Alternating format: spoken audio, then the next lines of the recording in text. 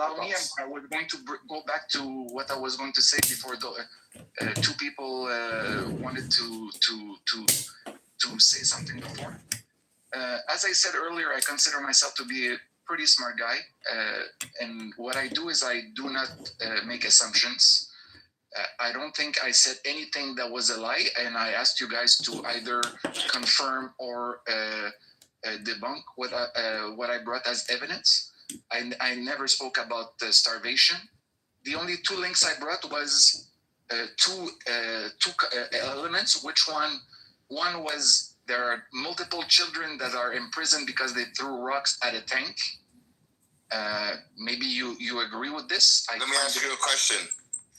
If you throw rocks at a police car in Montreal, are you going to get arrested? I don't think a kid would go in prison for 2 years for something. Do you agree with me?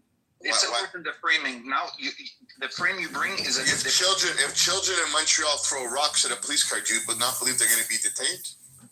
You see, you're framing the question differently now. No, I'm not. It's a government vehicle. I'm giving you my answer. I don't think a kid. Let me frame it for him. Let me give him a nice legal reference. Okay. If you want, but okay. Meanwhile, can I keep going? In the event, one second. In the event, a minor. Hakshia, she is a mod. So sorry, Sphinx. In the event, a minor tosses a projectile at either a police officer. Was that your question? A police officer? It was not a tank. He said throwing rocks at a tank. Which is basically also framing. If a minor takes a projectile and throws it at either a civilian or someone in the military in the United States, what do you think is going to happen to them? I don't think a kid is going to be in prison 3 years in a military. You know what happens in the United States when a juvenile throws a projectile at someone in the military or at As a you civilian? saw, I never interrupt anybody who was speaking, and I think I've been respectful throughout. And this was not my point. There are multiple interruptions. No, just answer a direct question. What do you think happens under the law of the United States? What do you think happens? My answer is, I said it again. A kid wouldn't be in a military prison for 3 years. What happens? They go to juvie. If it's under state law, and they stay in juvie for quite some time. Yeah, the framing is not the same. It's a longer period usually in juvie. But it wouldn't be a military prison. It's very different. Have you ever been to juvie in the United States? Thank God, no. Have you ever viewed or seen juvie in different states? And remember that there's 50 states with various different juvies. So have you ever seen it? Some videos I've seen, yeah. Also, what does it matter? Every state, every country has its own laws, has its own legal protocols. But the thing is, I got interrupted twice, and you guys don't even know where I was going to go. And one of the issues is that Hamas and various other terror groups use children as terrorists. Right, to my approach is more constructive. If you allow me to complete, as you've seen, I never came across as being threatful or aggressive.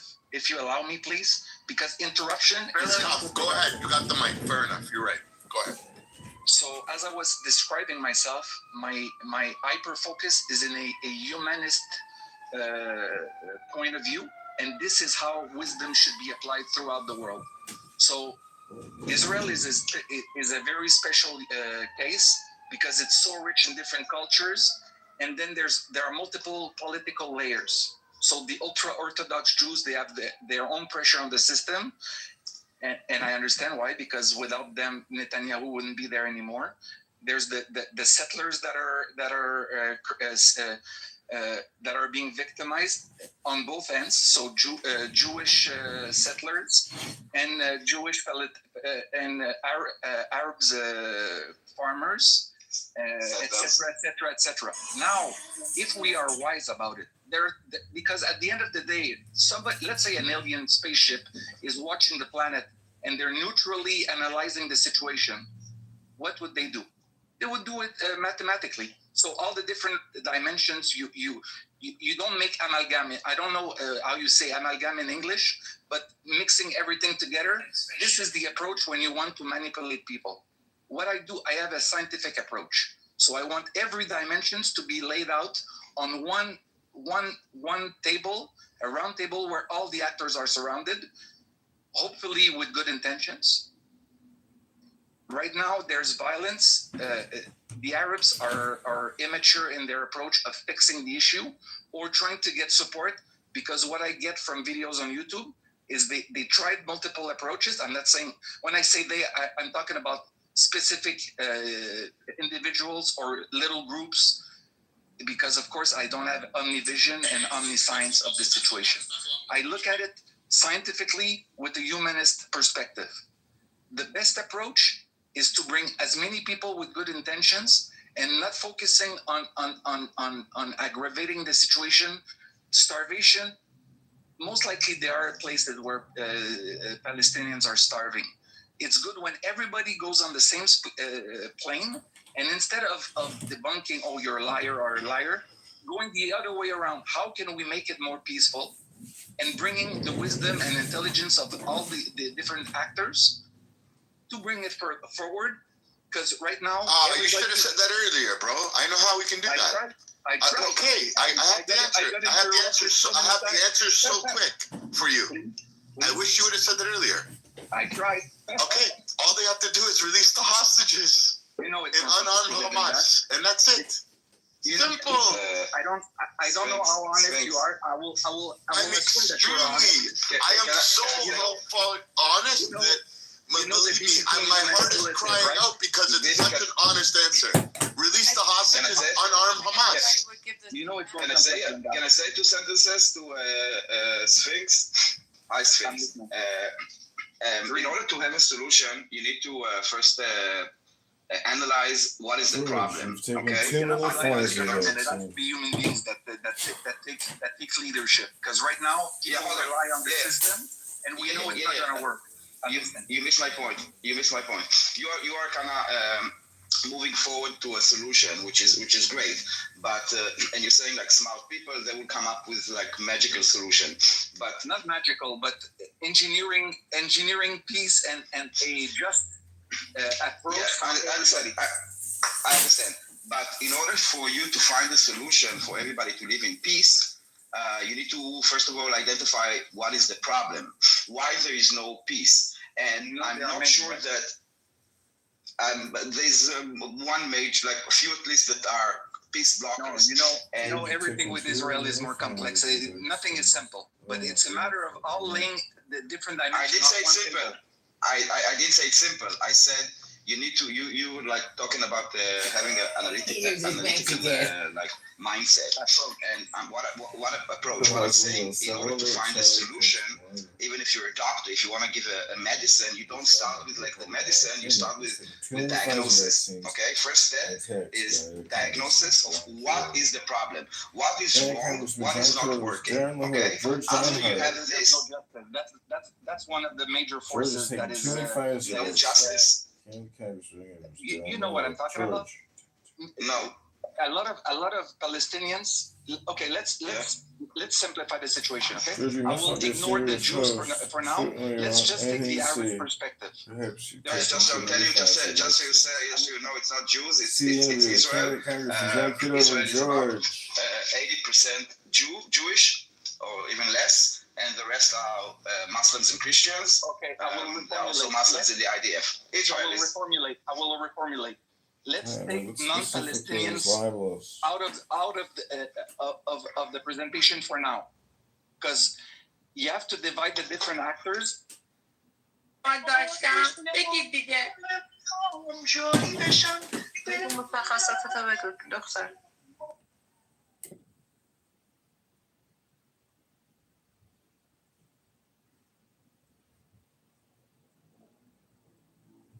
I knew somebody would boom that.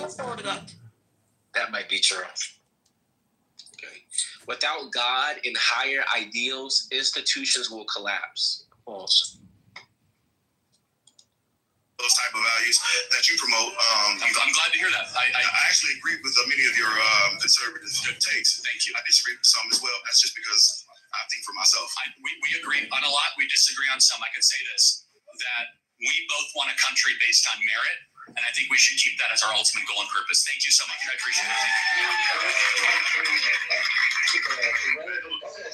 I don't know, bro. Like, I think bro held his own, but Okay. You know we will take too much time, so let's instead of putting too much weight on this, let see how I'm going to bring the things. Okay, so let's consider that Palestinians don't feel justice. Now there's a problem. It's going to be I don't know how you say that in English. Like it's like political. In French, we say. So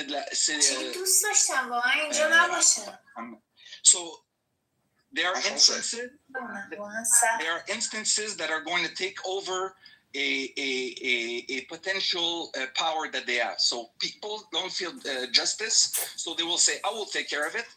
Then you will have multiple different approaches. One will be the PLA, one will be the Hamas, one will be little ghetto gang members, etc. Others will be immature kids throwing rocks at a tank, thinking this is going to change anything, etc., etc., etc. Now, this become a potential for whoever is in power, because let's be honest, Israel is in top dogs in the world on how to leverage and strategize. Do you agree with me? We do what we need to do. I don't know if we're a top dog, but we did what we do and we need to do. You're a pretty top dog. So okay. AI, satellite reconnaissance, having spies in every country, having intelligence in every country, making bonds with all the powerful other resources in the world, having I forgot what's the word, controlling the politics in the States. I'm sorry, I'm listening. You need to understand they killed so many Palestinians. Sal, hold on 1 second. Okay, hold on. Well, let me land. Well, no, he's in the middle of. We are in the middle of something. I go silent. Okay, so wait. No, but we're in the middle of a conversation. Sal, hold on with and you. Alongside his conversation, because now he's making it seems that we are talking about identifying. We are talking about identifying the problem. I know. And what makes it impossible to be fixed right now? That's what I was laying out layer by layer. I'm listening. Between civilians and soldiers, Palestinians killed around 20,000 Israelis. You know what I mean? So they hurt. What you're saying right now is we're focusing on one detail, so nothing is going to be fixed because I get it, but they are hurt. No, hold on. Sal, hold on. You're just derailing the conversation. Hold on your turn, and we can listen to you. But Sphinx was in the middle of going somewhere else. I understand you want to go take us somewhere else, so just hold on, okay? I'm trying to understand Sphinx. The key element for me, I have the impression, I don't think I have a solution to everything, but at the minimum, I think this would be a good leverage. So being able to take position and addressing this leverage of too many Pfizer vaccines. Since they don't feel justice, even if they release the hostages, even if this, that, nothing is going to change. We have over 60 years of history proving that my point. So the key element seen on the Palestinian side seems to be they don't feel justice. But Sphinx, I need to stop you because again, I asked you a question and you are answering with repeating my question. My question was, what is the problem? Why do they feel injustice? Because you're saying they feel unjust, but they can always feel unjust. There are many people also in the United States that are. I'm going to drop you, bro. If you keep interrupting. Hold on Please, 1 second. you can be part of the convo. Stop interrupting. Listen, also in the United States, there are people that feel that they don't have justice, and then they take a gun and they blow someone's head.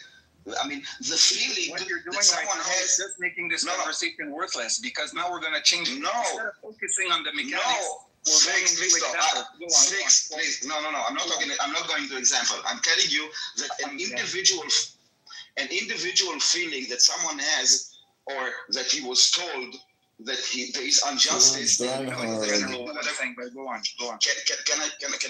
I'm listening to you without interruption, and I'm trying to, like, you were stopping me like 3 times in one sentence. So again, you're talking about that they feel that there is injustice, and because of this, they act upon this feeling of injustice. But I'm asking you, my original question was, what is the problem between Israel and Palestinians? And then you were talking about them feeling unjust. So I'm asking you, what is the injustice? Why do they feel that there is injustice done for them? I want to go down with you. You said you have an analytical perspective. So let's analyze, like, a title of someone feeling unjust. We should be very careful with saying, "Oh, he felt that he was treated badly, so he just went and shot someone, or he went and he killed someone, or he went and he raped someone." That is not a way to solve anything. Why do they feel unjust? Or let me ask you this: what will make them feel that justice has been done? Hey, Bima! I know the answer, okay? I'm just trying for you to find the master. Be master. Be master. Yo, Be master, why don't you come up and say hello? It's been a while. Hope you're doing well. You know, I know we have absolutely different political and economic opinions, but, you know, even though I may have differing opinions, I enjoy speaking with you. And I think a lot of people do. And I think people like the way you sound. I think that's one of your attractive qualities. So this is Israel and Palestine debate starring you. Yes, I am leeching off the room. This is Safe for Jews Debunking Paleo Lies and Propaganda in BB's room. I was kicked out of the room. So, you know, whenever somebody kicks me out of the room, guess what I do, Bima? I go right back in and anonymous. Good afternoon and welcome to the show, Bima. I think that's great. So what did you say before you got kicked out, or did you not get a chance to say anything? Well, I was talking about how this all resembles a dance and the spiral nebulae, and let the partners find themselves, but let's, you know, do it gracefully and peacefully. No more violence. That's what I was saying, and then shortly thereafter I was kicked out. So it sounds like you support no violence. Wow. See, that could be construed as an anti-Semite. Well, see, I'm literally just doing neurolinguistics. I'm not actually on a battlefront, and I'm not in any political power or military power. So, oh, hey, Sasha, welcome to the room. This is Israel and Palestine debate starring you. Love to have you as a speaker here, Sasha. So that's what I was mentioning, that, you know, for all of our sakes, we should be using our words wisely and efficiently and, you know, limited amounts of words because time is limited. And so I'm just always trying to stress the positive and use positive words. I don't want to listen to somebody, some deranged loser on this app who I know very well, and I know their situation in life, and I know their criminal history in life. I don't want to take, I don't need to take wisdom from people like that. I can, you know, open a book, and I'd rather go straight to the source. So, Bima, I hate to tell you, but I'm in a book club, you know? I'd like to talk about books because everything else is really just political. So I choose to, you know, maybe that's how I choose to be political. But anyways, that's all I'm saying. I love it. What book club? Do you remember that website called like meetup.com? Yeah. Yeah. I used to go to like book clubs, the meetups. It was really fun. But what type of book club? Online book club, and what are you reading? So my book club is a special book club, which has rules that many other book clubs don't have. The first rule is we read books to each other in 10-minute increments. And that's that's all of our rules. It's the only rule we have in our book club. That's it. So without further ado, Bima, I'd like to read a book to you. What do you say? Yeah, let's do it. Okay, I'll give you three choices. The first choice is Star in the West. The second choice is Meditations. And the third choice is Tao Te Ching. We already read the last, so let's do the first or the second. Star in the West? No, this is Yours your choice. One or two. This is your choice. You can hear Marcus Aurelius' Meditations, or you can hear Star in the West or Tao Te Ching by Lao Tzu. You choose. It's your choice what you listen to. Okay, let's do Meditations. Okie dokie. We're going about where we left off. This is book 5, chapter 9. So I like to say that this is, sacred chanting or hymning. So just or meditation. Take the deepest breath of the day. Hold it for 10 seconds.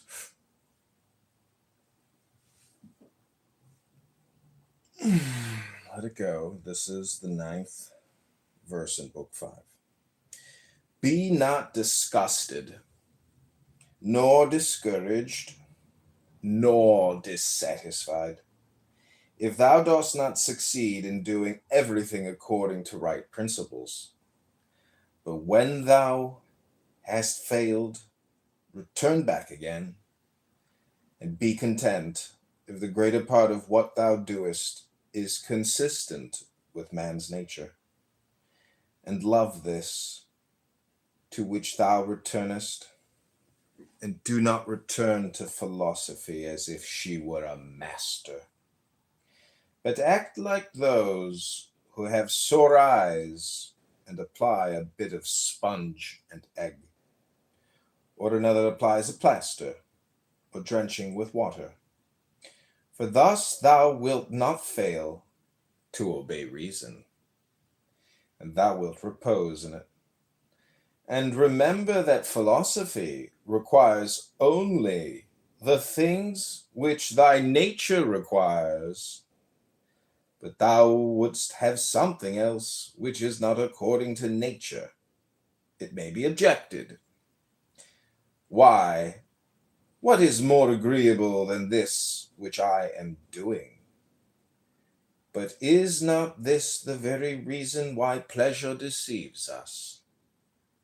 And consider if magnanimity, freedom, simplicity, equanimity, piety are not more agreeable. For what is more agreeable than wisdom itself? When thou thinkest of the security and the happy course of all things which depend on the faculty of understanding and knowledge,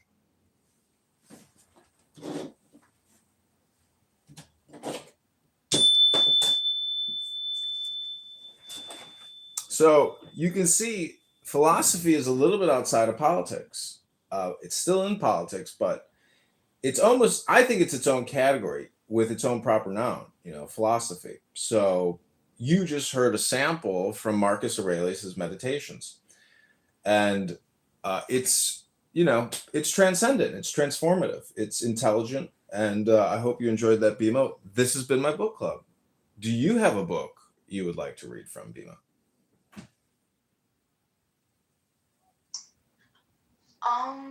That's so much fun.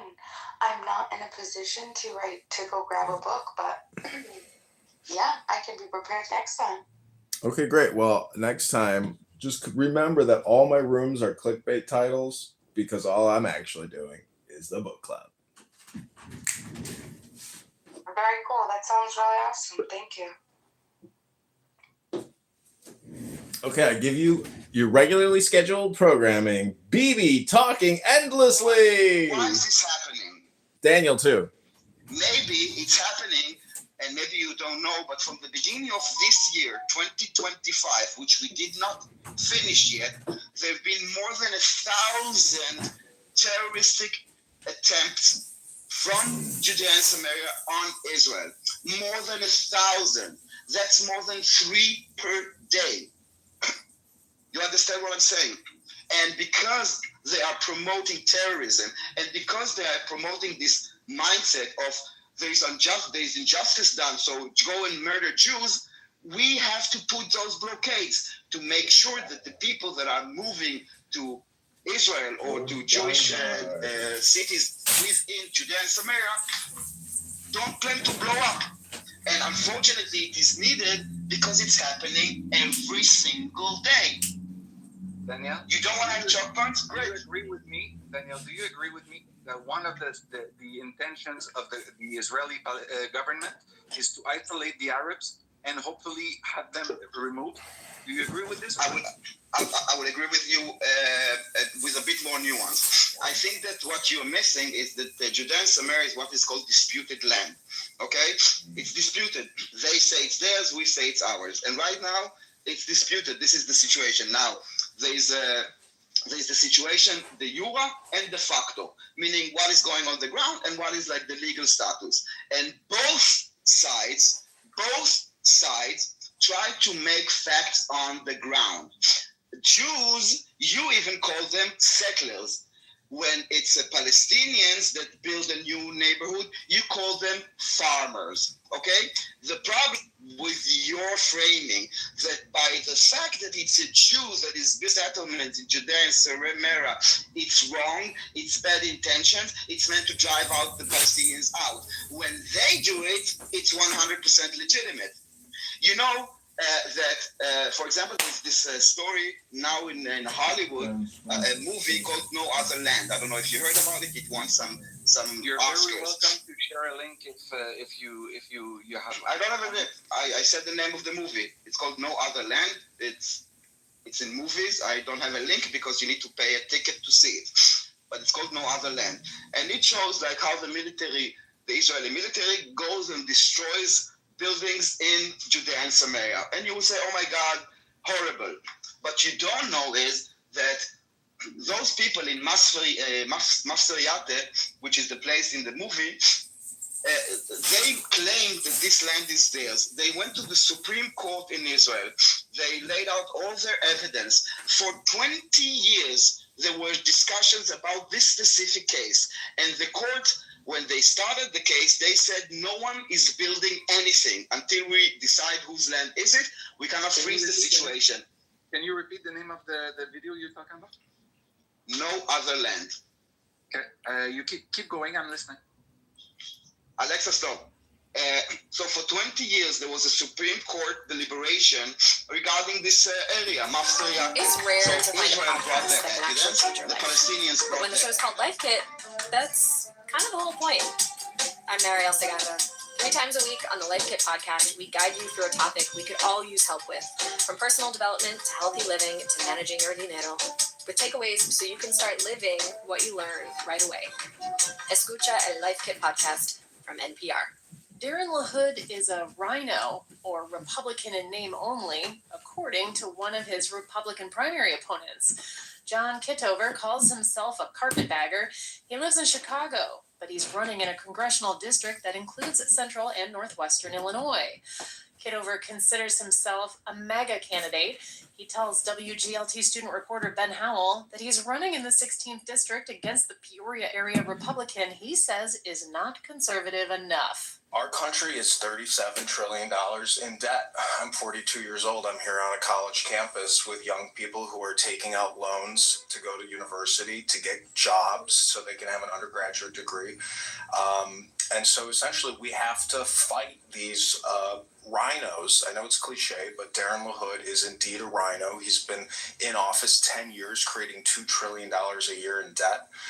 So it's really going to take patriotic Americans who can recognize the financial crisis that we're in, that are going to stand with Thomas Massey, Rand Paul, and other fiscal conservatives against individuals like Darren LaHood. On your website, it had said, direct quote, defeat Darren LaHood, the rhino vaccinologist that sold your future to your never-ending taxation. Could you break that down for me. What do you mean by that? We have 37 trillion in funded debt and 100 trillion in unfunded debt liabilities. So with the big beautiful bill, Darren has given over 500 billion a year in tax credits to the biggest Fortune 500 corporations: Apple, Microsoft, Google, Pfizer, Moderna, J&J, Verizon, Comcast, etc. So on the back end, Darren LaHood is borrowing your future and sticking you with debt and taxes, not today, but in the future. Another one, a couple more, also from your website. He's a traitor to the Second Amendment, you say. How so? He wants to raise the minimum age in order to purchase a firearm in this country. And it's my belief that this may sound rather controversial, but firearms, not only are they for self-defense and our own security in our homes, but it's to prevent tyrannical government from usurping your rights and enslaving you and making your life miserable, in the same way that our founding fathers fought the king, who were eating out our substance and destroying our livelihoods in this country, in the same way that Darren LaHood and his group of cronies in Congress and in the Senate are doing. And also, again, from your website, it said that he lied about COVID-19. What about that? So Darren LaHood voted yay on every COVID act there was, totaling over $5 trillion that he created out of thin air with the rest of Congress. It's my belief that Dr. Bill Gates, Dr. Fauci, the World Health Organization, as well as the Pentagon, created Operation Warp Speed, but also the Wuhan facility and that viral research. So the government is responsible for funding and creating COVID-19. And unfortunately, he lied to his constituents, because you can go to Zach's accounts and you can view all his posts about get vaccinated or this pandemic will never end. Get vaccinated or you can never go back to work. With that, with some of the bigger party politics, for the most part in his voting record, LaHood has had a lockstep vote with the party. Do your criticisms of him expand to the rest of the Republican Party? Absolutely. It is a uniparty at this point. Whether the Democrats or the Republicans are in party, they're going to keep spending over $2 trillion a year that we don't collect in taxes. We collect $5 trillion a year in taxes. We're spending $7.1 to $7.3 trillion a year. Darren LaHood, the Republicans, and the Democrats are borrowing on your behalf without any of your say-so. LaHood's held the seat since 2015, but of course he's been a congressman for a little before that. And even just last in 2024, he had no challengers in that election. So some would go to say that your campaign's a long shot. Do you agree with that assessment? Absolutely, it's a long shot. I have crowdfunded only $1,000 from social audio apps. Darren LaHood has over $10 million sitting in his bank account from Pfizer, Moderna, Blue Cross, Caterpillar. Every major corporation in the world has given to Darren because Darren keeps giving them $2 trillion a year. He's been in office 10 years, and if we're creating over $2 trillion a year in debt, Darren has created $20 trillion in debt by voting yay on HR Acts. Since he's the incumbent, he's got not just like that cash advantage, like you've said, he's got the name recognition, he's been here for a while. How do you try to familiarize yourself across the district and to voters against a strong incumbent? What's your strategy for that? I've never been to Illinois State before, but really the way to fight Darren LaHood is with transparency and actually accurately describing the situation. That was Republican primary candidate John Kitover speaking with WGLT student reporter Ben Howell. Garth Golett of Chillicothe is also running for the Republican nomination against LaHood. 3 Democrats are also in the race: Scott Best, Brendan Morgan, and Paul Noley. The primary election is next March. It's rare to find a podcast that can actually change your life. But when the show's called Life Kit, that's kind of the whole point. I'm Mariel Segarra. 3 times a week on the Life Kit podcast, we guide you through a topic we could all use help with, from personal development to healthy living to managing your dinero, with takeaways so you can start living what you learn right away. Escucha el Life Kit podcast from NPR.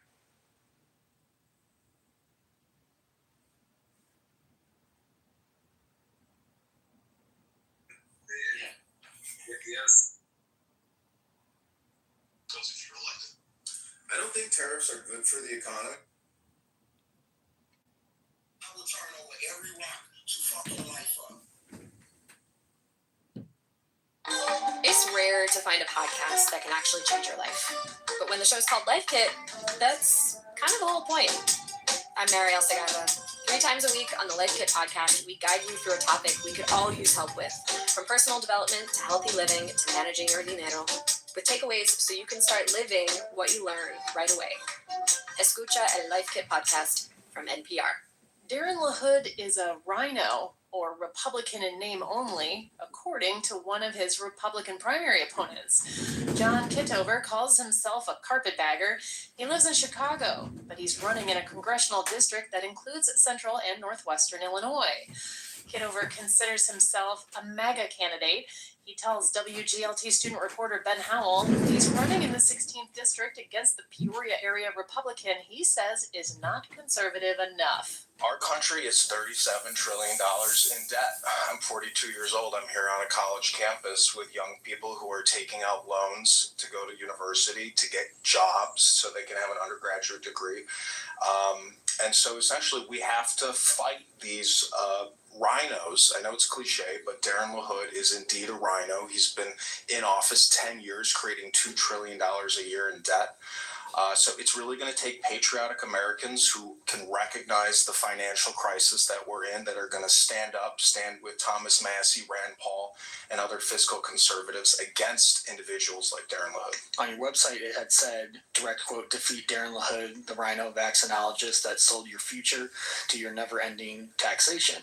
Could you break that down for me? What do you mean by that? We have $37 trillion in funded debt and $100 trillion in unfunded debt liabilities. So with the big beautiful bill, Darren has given over $500 billion a year in tax credits to the biggest Fortune 500 corporations: Apple, Microsoft, Google, Pfizer, Moderna, J&J, Verizon, Comcast, etc. So on the back end, Darren LaHood is borrowing your future and sticking you with debt and taxes, not today, but in the future. Another one, a couple more, also from your website. He's a traitor to the Second Amendment, you say. How so? He wants to raise the minimum age in order to purchase a firearm in this country. And it's my belief that this may sound rather controversial, but firearms, not only are they for self-defense and our own security in our homes, but it's to prevent tyrannical government from usurping your rights and enslaving you and making your life miserable, in the same way that our founding fathers fought the king, who were eating out our substance and destroying our livelihoods in this country, in the same way that Darren LaHood and his group of cronies in Congress and in the Senate are doing. And also, again, from your website, it said that he lied about COVID-19. What about that? So Darren LaHood voted yay on every COVID act there was, totaling over $5 trillion that he created out of thin air with the rest of Congress. It's my belief that Dr. Bill Gates, Dr. Fauci, the World Health Organization, as well as the Pentagon, created Operation Warp Speed, but also the Wuhan facility and that viral research. So the government is responsible for funding and creating COVID-19. And unfortunately, he lied to his constituents, because you can go to his X accounts and you can view all his posts about get vaccinated or this pandemic will never end. Get vaccinated or you can never go back to work. With that, with some of the bigger party politics, for the most part in his voting record, LaHood has had a lockstep vote with the party. Do your criticisms of him expand to the rest of the Republican Party? Absolutely. It is a uniparty at this point. Whether the Democrats or the Republicans are in party, they're going to keep spending over $2 trillion a year that we don't collect in taxes. We collect $5 trillion a year in taxes. We're spending $7.1 to $7.3 trillion a year. Darren LaHood, the Republicans, and the Democrats are borrowing on your behalf without any of your say-so. LaHood's held the seat since 2015, but of course he's been a congressman for a little before that. And even just last in 2024, he had no challengers in that election. So some would go to say that your campaign's a long shot. Do you agree with that assessment? Absolutely, it's a long shot. I have crowdfunded only $1,000 from social audio apps. Darren LaHood has over $10 million sitting in his bank account from Pfizer, Moderna, Blue Cross, Caterpillar. Every major corporation in the world has given to Darren because Darren keeps giving them $2 trillion a year. He's been in office 10 years, and if we're creating over $2 trillion a year in debt, Darren has created $20 trillion in debt by voting yay on HRX. Since he's the incumbent, he's got not just like that cash advantage, like you said, he's got the name recognition. He's been here for a while. How do you try to familiarize yourself across the district and to voters against a strong incumbent? What's your strategy for that? It's really put out as much content as I can, get out and meet as many voters as I can. I was just at Starbucks. I was getting signatures on petitions. I've never been to Illinois State before, but really the way to fight Darren LaHood is with transparency and actually accurately describing the situation. That was Republican primary candidate John Kitover speaking with WGLT student reporter Ben Howell. Garth Golett of Chillicothe is also running for the Republican nomination against LaHood. 3 Democrats are also in the race: Scott Best, Brendan Morgan, and Paul Noley. Primary election is next March. I was literally laughing when he kept doing that right jab, and he a southpaw. But when he kept doing that little playful jab, like pow, pow, pow, and making Canelo upset, it all hurt. And he's an awkward southpaw. Like, everything about him is just street. Like, it's not really refined. Yeah, he Johnson. He whoops ass. And then there was a lot of hits taken. It was a lot. Canelo, you're gonna be blue tomorrow, bro. Canelo gonna sit on you and try to make a big ass punch, right? But you're not gonna get it with him. Canelo just sat. Like, ooh, I'm gonna get you. Nah. He was trying to dodge them long arms. Mel, we'll stop when you're ready. Sorry. Oh no, I'm done. If you don't want to see the actual video, I thought you had a clip. Oh no, Let me. Did you put it in the chat? I put both of them in the chat. So one is a news article, and then the other one is the Instagram clip. But this was in Colorado on August 30th. George Dinah. What happened? Officer shot a black man. He was 37 years old. I believe his son was next to him. He did drop the gun, so he didn't have the gun on him. And officer swung at him. You're gonna see like 2 times. Then the guy was squaring up with the officer, and that's when he shot him multiple times and killed him. It's rare to find a podcast that can actually change your life. But when the show's called Life Kit, that's kind of the whole point. I'm Mariel Segarra. 3 times a week on the Life Kit podcast, we guide you through a topic we could all use help with, from personal development to healthy living to managing your dinero, with takeaways so you can start living what you learn right away. Escucha el Life Kit podcast from NPR.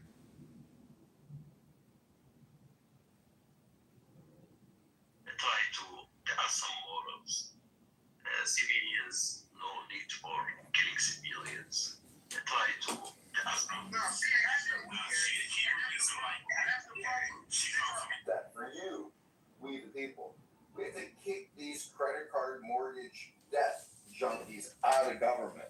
They're destroying your future. It's rare to find a podcast that can actually change your life. But when the show's called Life Kit, that's kind of the whole point.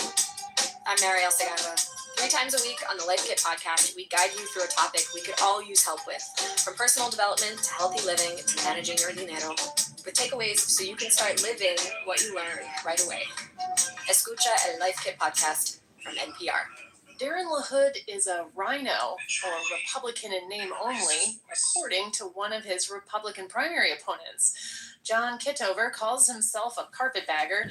He lives in Chicago, but he's running in a congressional district that includes central and northwestern Illinois. Kitover considers himself a MAGA candidate. He tells WGLT student reporter Ben Howell that he's running in the 16th district against the Peoria area Republican he says is not conservative enough. Our country is $37 trillion in debt. I'm 42 years old. I'm here on a college campus with young people who are taking out loans to go to university, to get jobs so they can have an undergraduate degree. And so essentially we have to fight these rhinos. I know it's cliche, but Darren LaHood is indeed a rhino. He's been in office 10 years, creating $2 trillion a year in debt. So it's really going to take patriotic Americans who can recognize the financial crisis that we're in, that are going to stand with Thomas Massey, Rand Paul, and other fiscal conservatives against individuals like Darren LaHood. On your website, it had said, direct quote, defeat Darren LaHood, the rhino vaccinologist that sold your future to your never-ending taxation. Could you break that down for me? What do you mean by that? We have $37 trillion in funded debt and $100 trillion in unfunded debt liabilities. So with the big beautiful bill, Darren has given over $500 billion a year in tax credits to the biggest Fortune 500 corporations: Apple, Microsoft, Google, Pfizer, Moderna, J&J, Verizon, Comcast, etc. So on the back end, Darren LaHood is borrowing your future and sticking you with debt and taxes, not today, but in the future. Another one, a couple more, also from your website. He's a traitor to the Second Amendment, you say. How so? He wants to raise the minimum age in order to purchase a firearm in this country. And it's my belief that this may sound rather controversial, but firearms, not only are they for self-defense and our own security in our homes, but it's to prevent tyrannical government from usurping your rights and enslaving you and making your life miserable, in the same way that our founding fathers fought the king, who were eating out our substance and destroying our livelihoods in this country, in the same way that Darren LaHood and his group of cronies in Congress and in the Senate are doing. And also, again, from your website, it said that he lied about COVID-19. What about that? So Darren LaHood voted yay on every COVID act there was, totaling over $5 trillion that he created out of thin air with the rest of Congress. It's my belief that Dr. Bill Gates, Dr. Fauci, the World Health Organization, as well as the Pentagon, created Operation Warp Speed, but also the Wuhan facility and that viral research. So the government is responsible for funding and creating COVID-19. And unfortunately, he lied to his constituents, because you can go to his X accounts and you can view all his posts about get vaccinated or this pandemic will never end. Get vaccinated or you can never go back to work. With that, with some of the bigger party politics, for the most part in his voting record, LaHood has had a lockstep vote with the party. Do your criticisms of him expand to the rest of the Republican Party? Absolutely. It is a unit party at this point. Whether the Democrats or the Republicans are in party, they're going to keep spending over $2 trillion a year that we don't collect in taxes. We collect $5 trillion a year in taxes. We're spending $7.1 to $7.3 trillion a year. Darren LaHood, the Republicans, and the Democrats are borrowing on your behalf without any of your say-so. LaHood's held the seat since 2015, but of course he's been a congressman for a little before that. And even just last in 2024, he had no challengers in that election.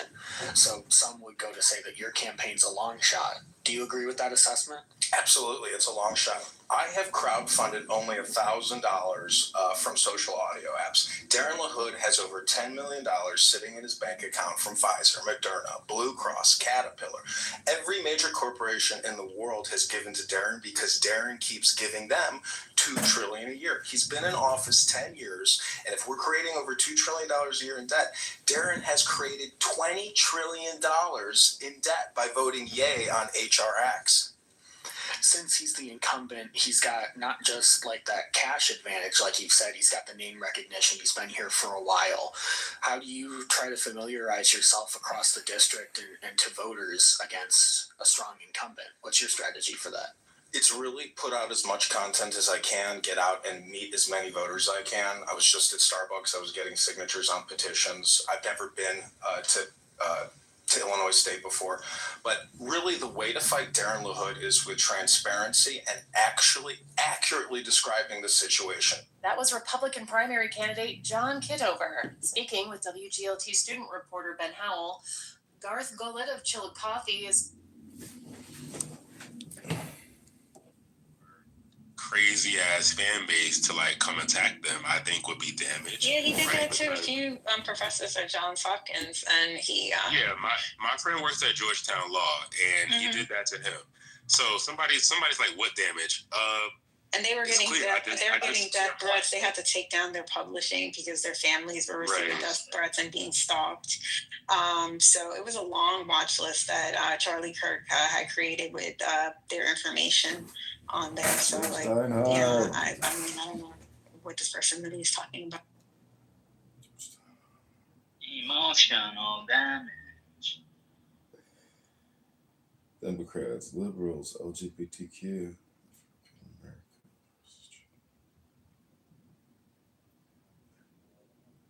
Yeah, if we can tie this back to arresting Netanyahu and Trump, I'm all for it. Why does everything go back to like Israel? That's what I'm saying. I'm so like I'm not always goes back to Israel. It goes back to Netanyahu though specifically. I just don't understand, like, why all of a sudden in 2025 everybody is in this uproar about Israel. Like, this shit has been going on for. No, hold on. It's They just found out about it. Yeah, we just found out about it. You're right. It's virtue signaling. Yeah, and also it's like they never talk about the connections. Israel has to the DRC. They never mention that, and that bothers me so much because I'm like, if you truly care about genocide, if you truly care about atrocities happening to people, then why don't you ever talk about what is happening in Africa, what Israel is doing to Africa, and other nations have been doing to Africa? Like, I don't care about what I could be talking about whether you. I could be talking about whether you prefer drums or flats, and they say Israel. Like, bitch, what? Like what? No, you don't know the root. Like you because you talk about this. Israel, that shit started in 1948. Are you? Long ago. Yeah. Yes. Okay. It's longer. You weren't alive, and you trying to circle shit back to Charlie Kirk's murder. What I find offensive is that you come in a room of another group of marginalized people and you keep trying to force us to care about whatever your plight is. You're not even black, and then you keep doing this. I don't get this. It's very disrespectful. We never want to talk about it. Well, that's pathetic. So listen. No, it's not. It's not pathetic. Hold on, because this always happens with him. But when the It's show's not called Life pathetic. Kit, People like you gotta stop doing that. Like, I'm Mariel Segato.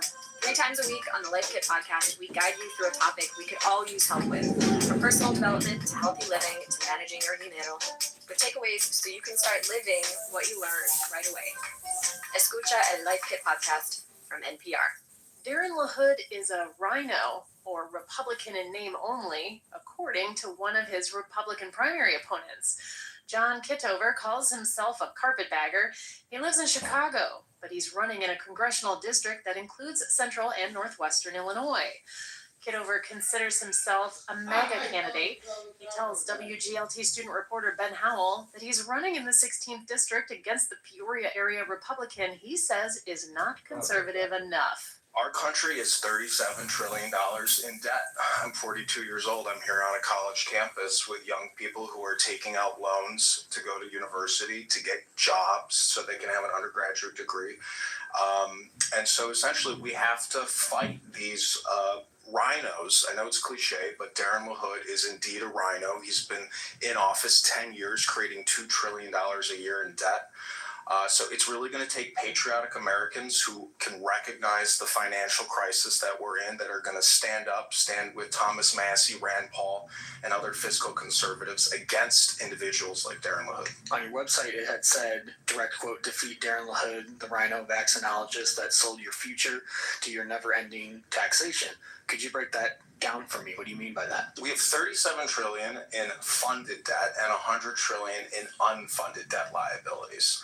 So with the big beautiful bill, Darren has given over $500 billion a year in tax credits to the biggest Fortune 500 corporations: Apple, Microsoft, Google, Pfizer, Moderna, J&J, Verizon, Comcast, etc. So on the back end, Darren LaHood is borrowing your future and sticking you with debt and taxes, not today, but in the future. Another one, a couple more, also from your website. He's a traitor to the Second Amendment, you say. How so? He wants to raise the minimum age in order to purchase a firearm in this country. And it's my belief that this may sound rather controversial, but firearms, not only are they for self-defense and our own security in our homes, but it's to prevent tyrannical government from usurping your rights and enslaving you and making your life miserable, in the same way that our founding fathers fought the king, who were eating out our substance and destroying our livelihoods in this country, in the same way that Darren LaHood and his group of cronies in Congress and in the Senate are doing. And also, again, from your website, it said that he lied about COVID-19. What about that? So Darren LaHood voted yay on every COVID act there was, totaling over $5 trillion that he created out of thin air with the rest of Congress. It's my belief that Dr. Bill Gates, Dr. Fauci, the World Health Organization, as well as the Pentagon, created Operation Warp Speed, but also the Wuhan facility and that viral research. So the government is responsible for funding and creating COVID-19.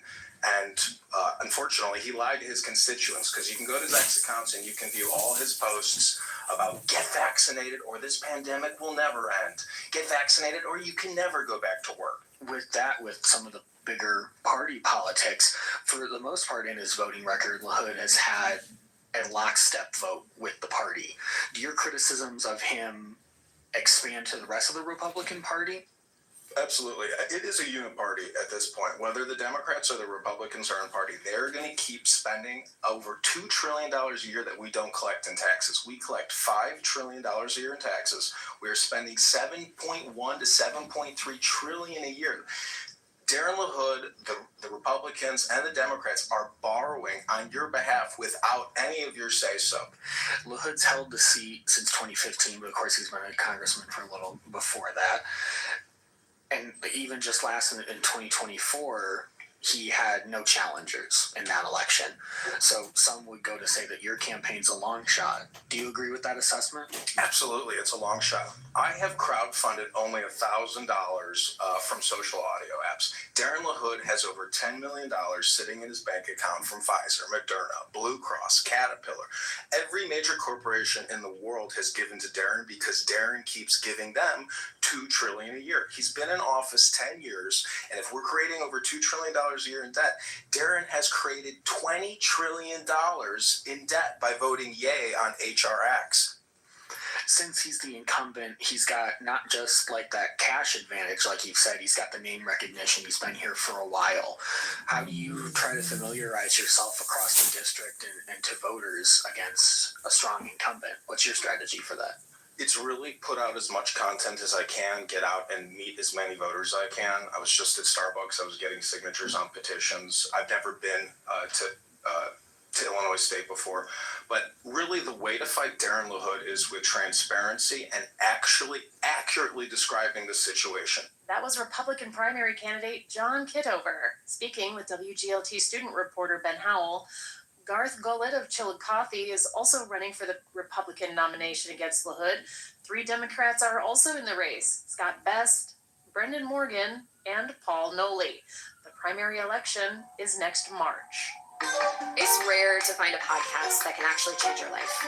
But when the show's called Life Kit, that's kind of the whole point.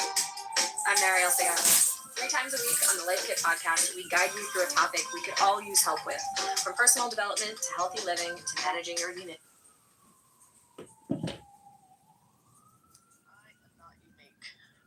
Drew Daniel, English professor at Hopkins, on the list, recalled receiving similarly abusive messages.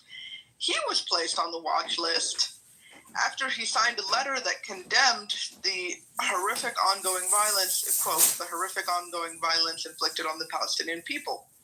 Turning Point website labels Daniel a quote-unquote terror supporter and an anti-Semite.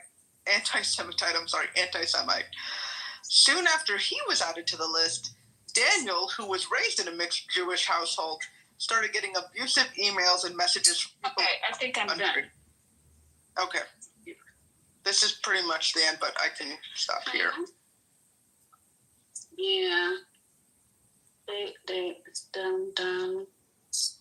Oh, you're not talking to me, are you, Lisa? Oh, sorry. Okay. Okay, let me just finish. It's almost over. So this is the quote from Daniel. Quote, I got to see firsthand a new wave of hostility towards academia as a sector. Charlie Kirk represented a smiling face that seemed to be open for, but in terms of the effects on someone like a professor, the watch list is much closer to the legacy of someone like Joe McCarthy. And then they just explained who Joe McCarthy is, McCarthyism, communist watch list, 1950s. Daniel said he's grown increasingly worried about being surveilled while teaching, which he said would be a, quote, betrayal of the kind of trust and intimacy that takes place in the classroom. Because he's tenured and at a private university, Daniel's not as worried about losing his job, but he has friends who teach at public colleges, especially in Republican-led states, he said, who have become more cautious about what they teach, and this is the final quote. Charlie Kirk's legacy is empowering classroom surveillance and encouraging young people to harass professors that they disagree with. I don't see Charlie Kirk's actions with the professor watch list as at all consistent with a belief in free speech. That's it. I agree 100% as one who's been a college professor and has taught college. It's okay to have students debate when you're debating. I taught software and science. One is debating about a principle, a mathematical principle or an algorithm or something like that. But this Kirk individual who dropped out of junior college does not have the capacity to debate with an actual professor of any substance. No, with fact, no. Yeah, the outside of throwing rocks and then leveraging his whole white so-called Christian nationalism, which there's no such thing that exists. That's something they made up. It's a continuation. I said this last week. In the 1950s and 60s, my parents taught me and I researched it. There was a group called the White National or White. Hold on. It was called the White Citizens Council. Yes, you go look it up. White Citizens Council. It was in the 1950s and 60s, and we did a comparison and contrast against this Kirk person in this turning point, and their positions of how they moved were exactly the same. They were very much so anti-Brown versus Board of Education ruling in '54, and Kirk vehemently was opposed modern racial justice movements like DEI and critical race theory. They tried to present the councils tried to present themselves as a respectable face of segregation.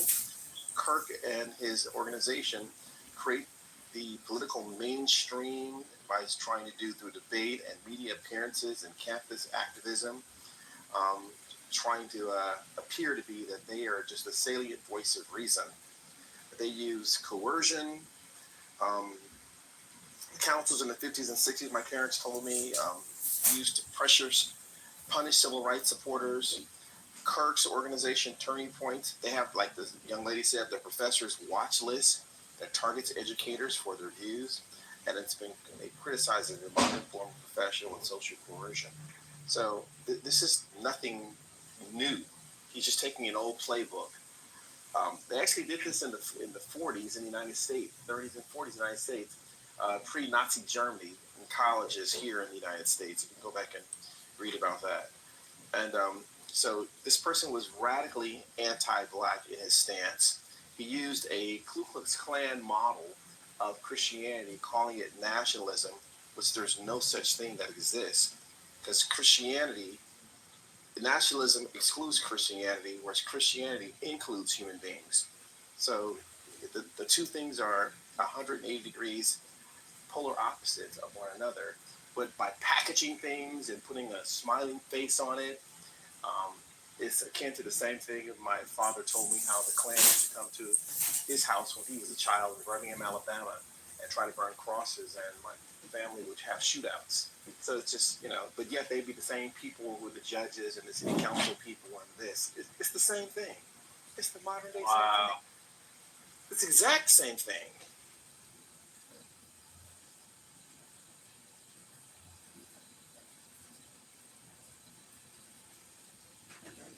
Carlos, what was the name of that book again? The White what Council? It is called the White Citizens Council. The White WHITECITIZENS Council. The White Citizens Council were a group in the 1950s and 60s, and they were a network of white supremacist, segregationist organizations that resisted racial integration after Brown versus Board of Education ruling. So Catalyst, Yes, sir. because those groups were around at that time, obviously, and they tried to, do what they do, and I think that they may not have succeeded, or maybe they went back into the shadows, and history is repeating itself right now. Do you think it's going to be the same case where these small subgroups are like trying to surface and trying to do the same things, but they won't be successful? Or do you think they have a chance of being successful this time? I think when more young Black people, 20s, teens, 20s, 30s, understand history from their parents or grandparents or great-grandparents who lived in the area and use the same tactics with a modern element, I think those individuals ultimately will not be successful. They can be more successful the more Black young. So they're just going to throw us off a little bit, but we're going to get back on course. You think? Absolutely. I definitely think it's possible for Black Americans to get on course, especially if they understand that there's nothing new under the sun. It keeps going around. I mean, if you look at Roberts, Supreme Court judge, last week was a phenomenal week in American history. On Monday, they went after the Fourth Amendment to discriminate against people based on skin color. On Tuesday, they start via the shadow docket. They started chipping away at the Civil Rights Act of 1964. On Wednesday, Eric Schmidt, the governor of the senator in the state of Missouri, came out in front of the John Birch Society. Go look up John Birch Society and you'll understand. Oh yeah, I know it. Yeah, and said America is white people. And our relatives made our ancestors made it such. There was no pushback.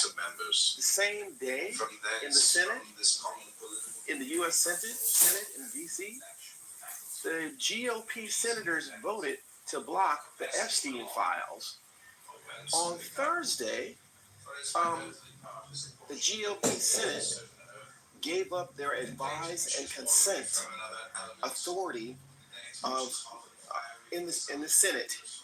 In the Senate, the senators, the U.S. senators, are responsible for advice and consent of who gets elevated to the next, whoever's trying to come in, whether it's someone they're trying to get put on. Well, this administration said we're going to get rid of all that, and we want to have a block advice and consent. So instead of rating each individual, we're going to just put a bunch of them together. And they did what's called the nuclear option in the Senate to override the Senate's role of advice and consent to the executive. So there's been a series of things that have been taking place to whittle away using white nationalism and to strip Black people from rights. Right now, in October, next month, they brought back up Voting Rights Act, which is the 1965 Act. They stripped Part 4 and 5. They're going after Part 2, which is the last third leg of the Voting Rights Act. They're trying to strip that down. So Black people have no civil rights, no voting rights, and they're going after the Fair Housing Act of 1968. And in 1968, they've already gone after affirmative action or DEI. The thing that Lyndon Baines Johnson put in effect in 1968, week one, when Trump came into office, he overturned Lyndon Baines Johnson's executive order creating affirmative action. So there's a systemic method to unrattle all the things that our parents and grandparents have fought for, died for, put in place since '64. One more catalyst. You heard of HR 5300, right? I know that piece of legislation, sir. Yeah, Marco Rubio proposed it on September 11th. Jesus Christ.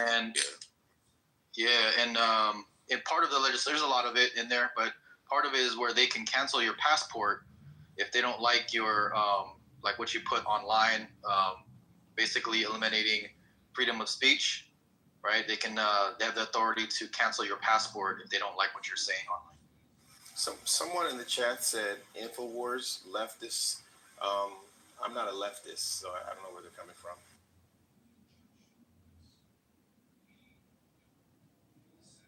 Well, no, forget the chat, but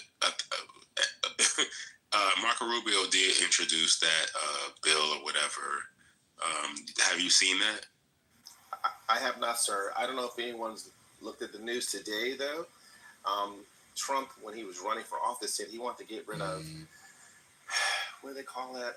Daylight savings time, which has to do with, depending on what coast you're on, and he wanted to have everything be the exact same. They forwarded a bill today to get rid of that, which does destructive amounts of, it upsets. And they're forwarding bills that mean nothing. Why are you even thinking about daylight savings time right now? Like, who even comes up with these things, right? Like, during what's happening. Like, it's just dumb. Sir, I agree 100% with you, sir. And your sentiments and your words, you're 100% accurate. All this is distractions from the Epstein pedophilia group. I agree with you, yes. That's what this is about. The war that they're trying to start in Venezuela and Suriname right now by sending, I think there's 7 or 8 U.S. warships off the coast of Venezuela and Suriname right now to protect ExxonMobil. It's the exact same play they did in 1964. We agree fully. We agree fully. It's the exact same thing. So it's like, let's just throw things out. Let's kill Charlie Kirk. He said the warships are there for drugs. He didn't say nothing about protecting Exxon Oil. So, ma'am, in 1964... My name is not ma'am, sir. My name is right at the top of theirs, cat list. Please, don't start being trite. In 64, when the Gulf of Tonkin event took place, the same sets of circumstances were going on because the... I understand that. I just said what I said. I understand that. You don't have to give me a history lesson. I just said what I said.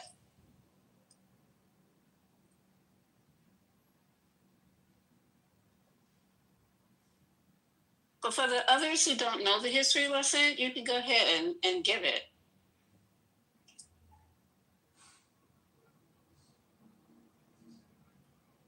Y'all be getting y'all panties in a bunch. I know you these clubhouse professors and shit, but since we say something to you and knock you off your podium, y'all get your panties in a wad. Excuse me, I want to call. I'll do that. Did y'all need an intermission? Oh, Catalyst, don't go. Don't leave. Woo. Don't leave us, Catalyst. Don't shut up on Please call. stay. Okay, and Hey, I just got here. I wanted the history lesson. Now I'm on the edge of my seat. oh my God, go out. Are you edging?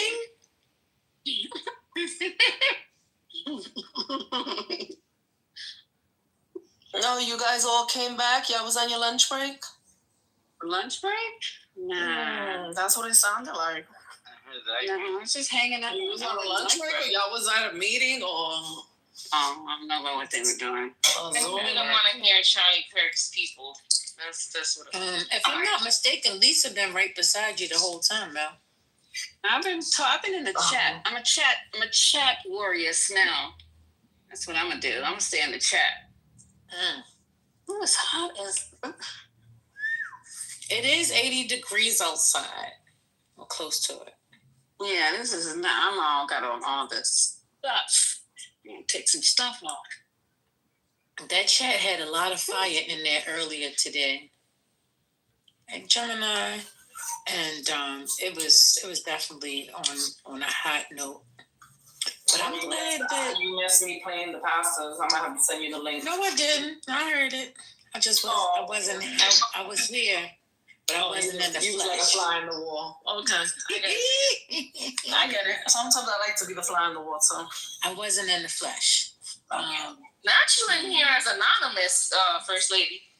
No. I still got my spot. Yeah, second lady be in the group.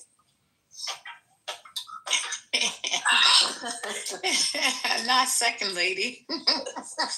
There only could be one first, so she gotta be second. Right, but how do you know they gotta be second?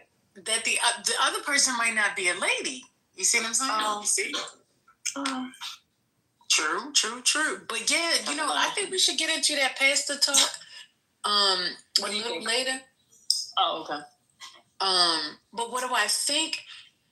I don't think that, from what I heard, now Jamal may have went a little further, but from what you played, it was very mild. It wasn't too spicy.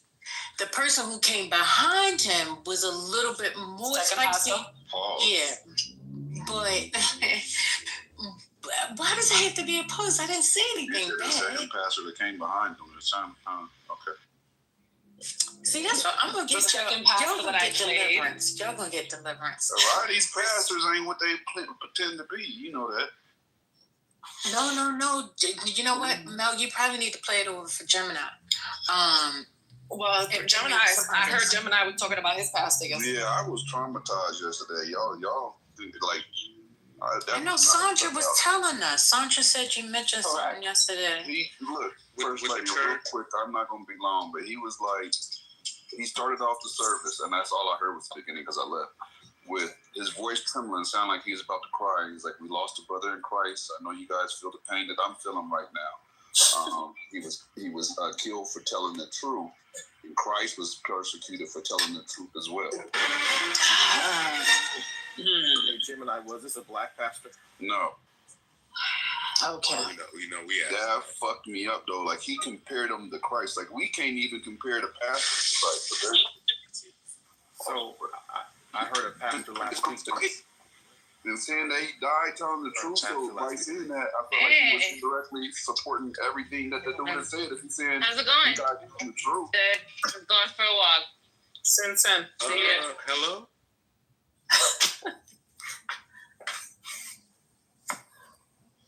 Yeah, I'm hearing Gemini. Most of it is not to me about comparing him to they're gonna do that. They're gonna do that because it's the fake religious, right?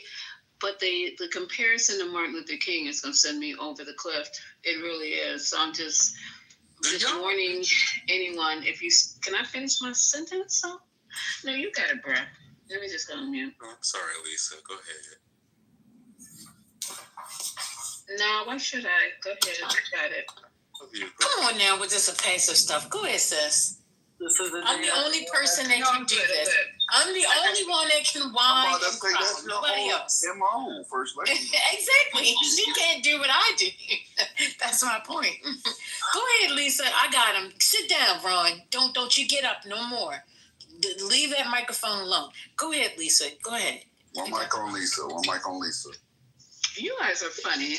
Anyway, I'll shut up and hand in my mouth. So what I'm going to say to y'all is, you don't have to forgive me, because when you motherfuckers start saying that Martin Luther King is comparable, no, Charlie Kirk is comparable to Martin Luther King, y'all gonna see the New York side of me. I am not gonna listen to that shit again like we did last night. Not listening to it. He is not comparable. Find a white leader to compare him to. Don't keep dragging my man MLK out the fucking mausoleum every fucking time you need somebody to make blacks shudder about. Stop it. I'm fucking sick and tired of it. Martin Luther King was a civil rights activist. Charlie Kirk was not. I'm not gonna say nothing else because I know we're on lockdown with our lips. Our lips are on lockdown. We can't say nothing about this man like we over in lips are on lockdown. Russia. Your lips, Mel. You don't feel like your lips are on lockdown? No. Yes. I get back messages, Telegram messages. You better change your title. You better put that up. You better take your replays off. I'm like, what the fuck am I not just? sound like that. Oh, was that you? Yeah. Can I just say? I didn't read yours. I had to listen. Here goes again. No, go ahead, bro. You got it. Gemini just talked. I thought we was doing like a but Gemini has that special green. You're right. Beam. Okay, I'm gonna unmute. Let y'all men have it. Go ahead, King. All I was gonna say is like y'all don't feel like y'all on like an island. Hello? Yeah, I don't feel like y'all like on an island of people who like still have some sense, like who still don't like praise this man who died and got killed. Like y'all don't feel like y'all like. I feel like everybody's like caving to this thing, and I'm the only one that's like, what the fuck is happening? Y'all don't feel like that? I feel like that. That's all I want to say. You're the only one? Well, I'm talking about the people in this room, right? You know, like, it's like... No, I don't. Oh, okay, well... Ron, explain it to her. She's not please. explain a little. Hey, Ron, let me try, Ron. Like in this room, even though we're a minority, we're the majority in this room, right? And we have pretty much a collective thought or a collective view of what just transpired and who he actually was prior to his death and what he represented, right? We all pretty much are in alignment on that. But outside of this room, it seems like the majority of people, and I think it's signified by his histogram going from 6 million to 12 million post-mortem, are actually siding with him and saying they had a righteous message. He was a righteous man. He was a good, God-fearing Christian man. He was our potential next presidential candidate. And we lost such an amazing martyr, right? And I think that is where he's saying, like, how are people viewing him like that when we all see something different, but we're the minority and the majority of the people seem to be praising him right now. I think that's That's what I'm saying. So what is that about? I call it out publicly. He's trash. I don't know what you're talking about because we all doing the same thing. It's like weird. We are. You feel like you're the only one was kind of weird. I know. Explain that. Let the boy hair go, Lisa. Let that boy hair I know you like attention. And she decided, I'm not letting go. I don't care if it listens or not. I'm not lock home, and this is where we at. I love you, Lisa. I'm talking about Ron. I love you too. I love me some Ron. I was talking to Lisa. I love me But some Lisa Ron. just said that she don't feel like she could speak. So that means It she sounds like feels y'all that want way, some and Ron fire. doesn't Okay, feel I that. got you. Nah, I'm good. Is that what it It's is? hot enough. Ron's No, not it's hot saying enough, that. First Lady. I'm good. I'm good. I'm good. Because we can go to hell real quick. No, Jim. No, baby, we good. I can take us there. I'll lead the way. I'm going to lead you I'm there, though. good.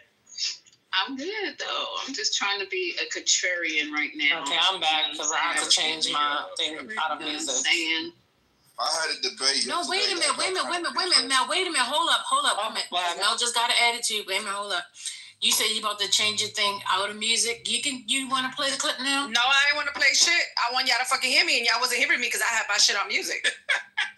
I can hear you, I but love you weren't bold enough with your But it wasn't- speech, so It wasn't. Yeah, It wasn't given New York. it wasn't bold enough, you know. But Yeah. I want you to stay in music mode if you got the clip.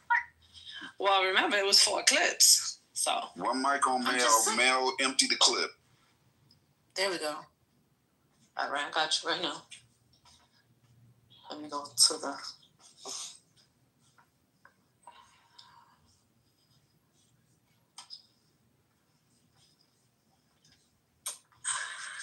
All right.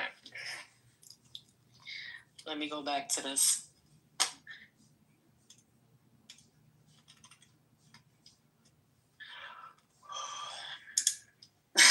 There was another guy, he walked out of his church. He said he'd been attending this church for 10 years. And after they did a moment of silence, he's out. He's like, yeah, this ain't for me. This church ain't for me no more. Y'all gonna laugh. I got emotional yesterday. I was emotional after that. Like, yeah. To be honest, I think... Oh, nah, that's not even just funny. hard. Shit like that will make you it was upset, worth so you'll be emotional. Your facts. too. Because... Pastor, I called him right after he did it. He said something similar to that, Jim and I. I heard it on Wednesday night Bible study. I called him immediately afterwards and got in and told him facts. And he's like, well, you know, it's not nuance. He was a white piece of trash. He was anti-black. And the fact that you up here caping for him as a black man in front of all these parishioners, you out. You off. Like, who raised you, partner? Where'd you come from? Where were your parents? The young man, he's like in his 40s, so but still, no, you don't know history. He was not Christian at all. He was antichrist. He was not Christian at all.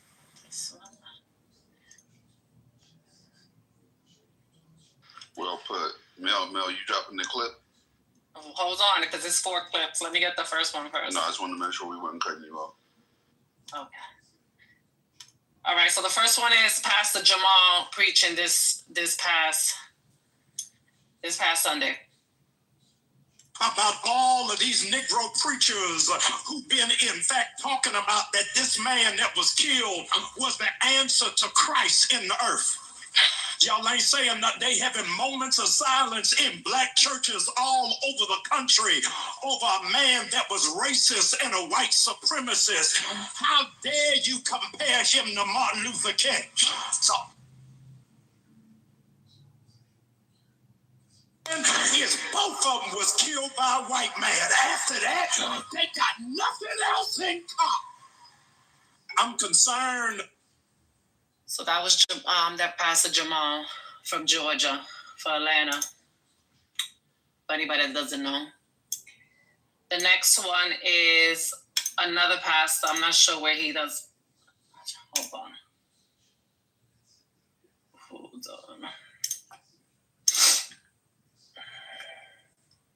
Charlie Kirk did not deserve to be assassinated. But I'm overwhelmed seeing the flags of the United States of America at half-staff calling this nation to honor and venerate a man who was an unapologetic racist and spent all of his life sowing seeds of division and hate into this land.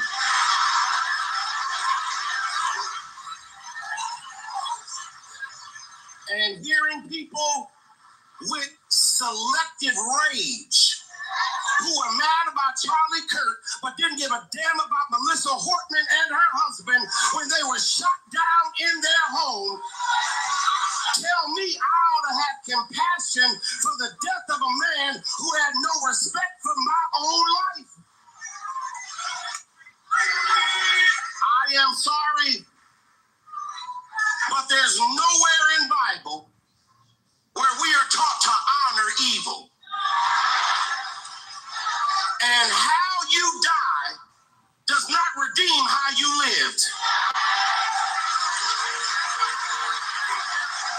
You do not become a hero in your death when you are a weapon of the enemy in your life.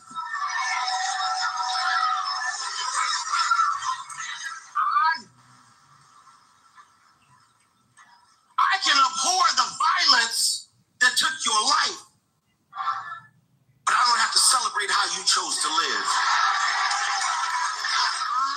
I am overwhelmed. Okay. The next one is the pastor from Chicago responding to both of those preachings. Hold on.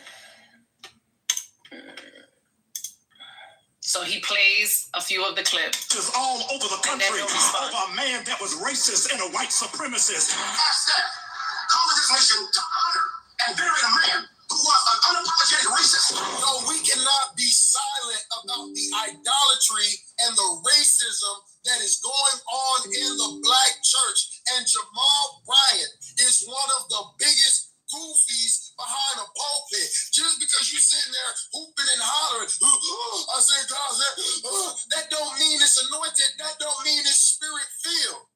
This is the same dude that went to the gay church with 2 gay men as pastors and acknowledged them as the first gentleman. How y'all still listening to this man like he led by the Spirit and everything he do go against the Bible? I'll tell you why. Because y'all put culture over kingdom and there's idolatry in the black church. Hey, my sis said it best. She said, don't be so pro-black you become anti-Christ. That is the problem. Show me the tape, Jamal. Take the tape of Charlie Kirk being racist and post it on your platform. Because y'all keep running with this narrative. Y'all got a lot to say. Show me the tape. I done looked at every video where they said this man was being racist, and I looked at the clip in context. Find the tape, Jamal. Find the tape. Post it on your page, and let's talk about it. You a goofy, bro. You a clown, bro.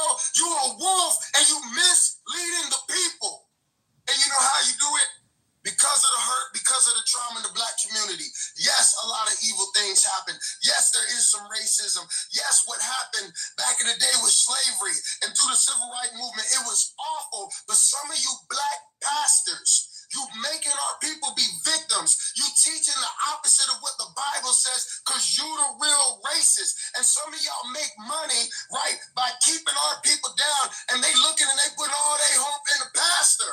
What y'all really, man, I'm sick of it, bro. Show me the tapes. Show me the tapes. Stop making the claims if you don't got the tapes. So now Pastor Jamal responds with the tapes. Hold on.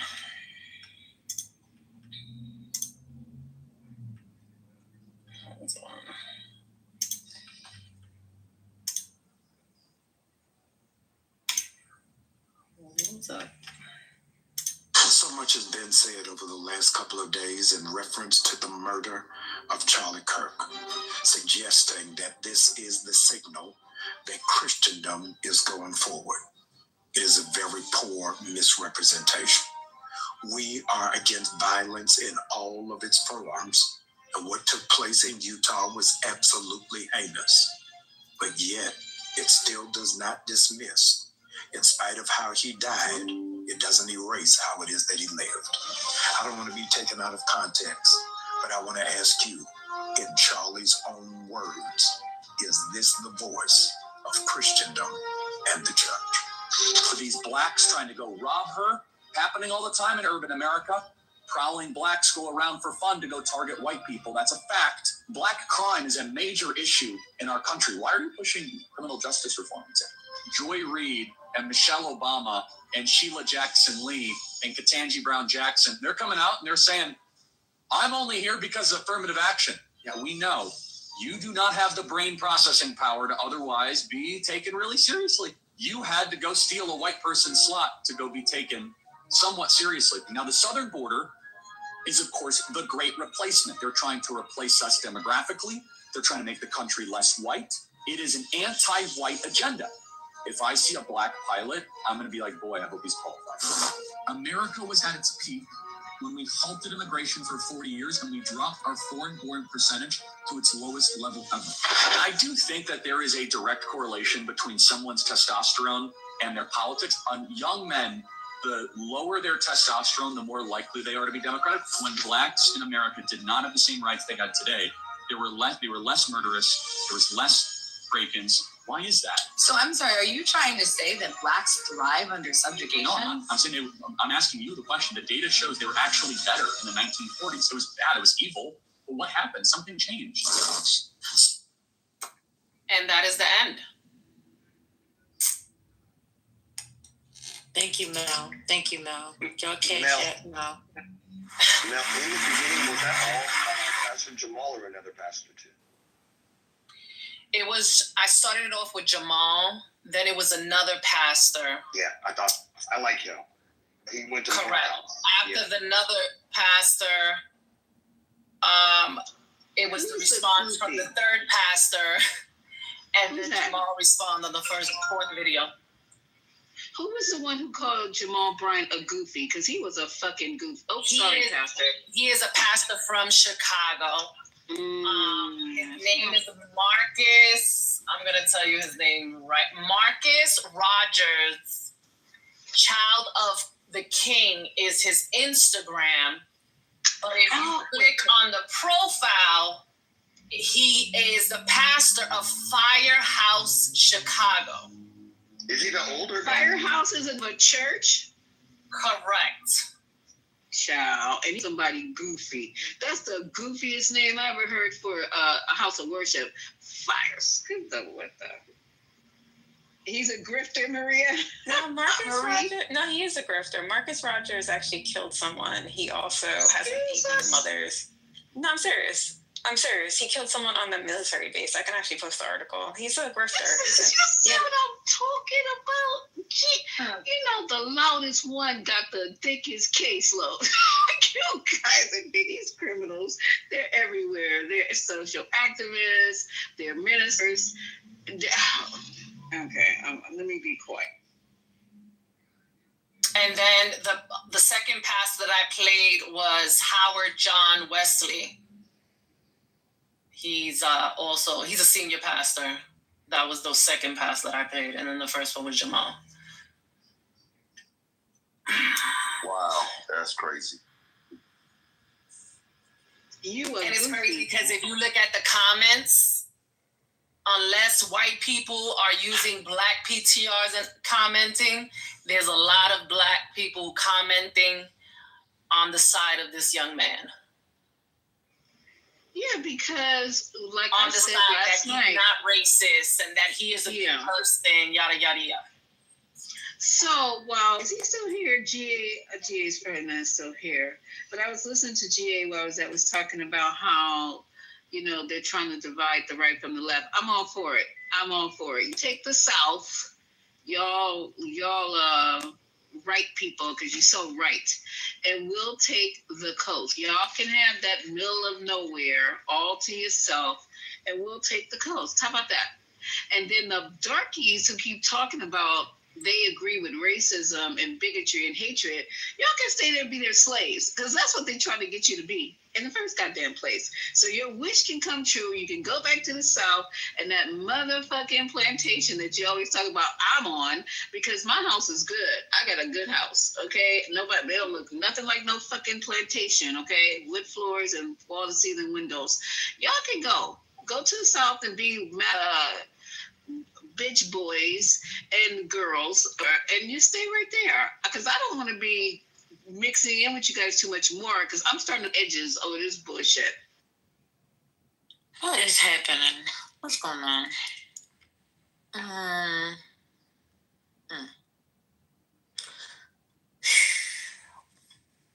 Y'all put everything in the pot and then y'all just be eating it up. I don't get it. Wait, hold it for a minute. I know Matt C not talking to me. Matt, are you talking to me? Let's get it corrected right now. No, I'm serious right now, because I don't know. He wasn't talking. He wasn't talking. Oh, okay, to you. Matt. They have been going on in the chat. The chat Matt. is HE double hockey sticks. They're all piling on already. Okay, you back on. Get back in the chat. On, Matt. As my wee friend that I don't like. Okay, yeah, you back on. Can you make sure you park right, please, man? Thank you. You heard that? What they hit the wall to in and out. Exactly. Hello? Car screaming for his life, man. No. Shut up, Gemini. You have to add to the sauce. Hey, sir. All right. So, I don't know. Hello. First lady, you weren't here last night, but we had a little tiff back and forth with TC and a couple other people, and they were to insinuate that we were in a celebration in regards to Kurt's passing. And they're really coming at Just for the most part. Why you have to bring up that nigga? He's not even in here. Yeah, they yeah, well, I'm about to tell you. I'm telling you because of what happened last night. So they were trying to blame it on Just, but it ended up getting clarified. Like, the room collectively has not been celebrating. We have an opinion on his opinions, right, which we're able to do because he had opinions on us. So we definitely have opinions on his opinions, but that's a lot different than celebrating someone's death, right? And then he brought up the fact that Brooklyn had did it. And then that was clarified, like, yeah, but there was pushback to that to the point where she started saying, I'm going to stay in the goo because I'm too volatile for the stage, right? So with that being said, you can't say that's been the collective thought or the collective conversation, right? And so that kind of went, like, real left for a minute, like Justin, TC got interested. But TC ended up conceding, so then there's that. Okay. Well, I'm glad y'all found some kind of resolve. We just don't need to be fighting, y'all. This ain't the time to be fighting one another. From the beginning, when Mel first told me about this. Oh, and by the way, Mel, did the guy respond back to Jamal yet? That'll be interesting.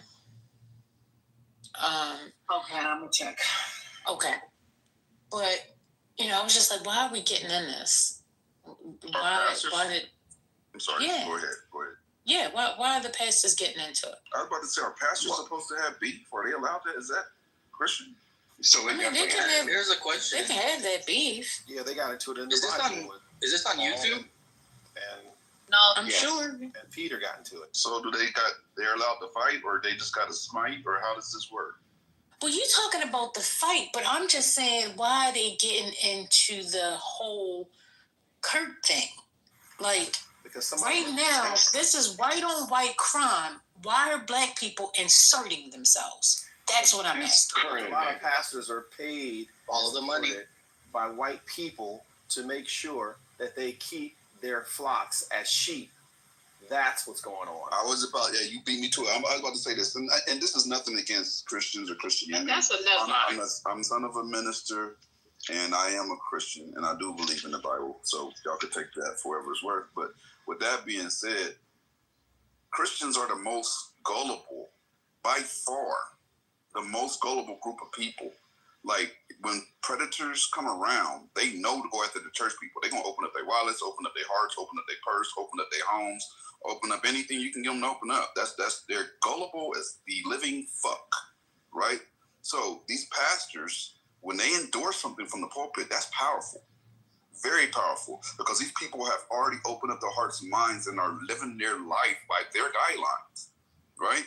What he says in the pulpit goes into their household, right? Becomes indoctrinated, right? So when you see those type of things happening, and they use their platform to platform him and to platform his agenda, just like my preacher yesterday. Well, that's not my preacher, the preacher's church I attended yesterday, because that's how I view it at this point, right?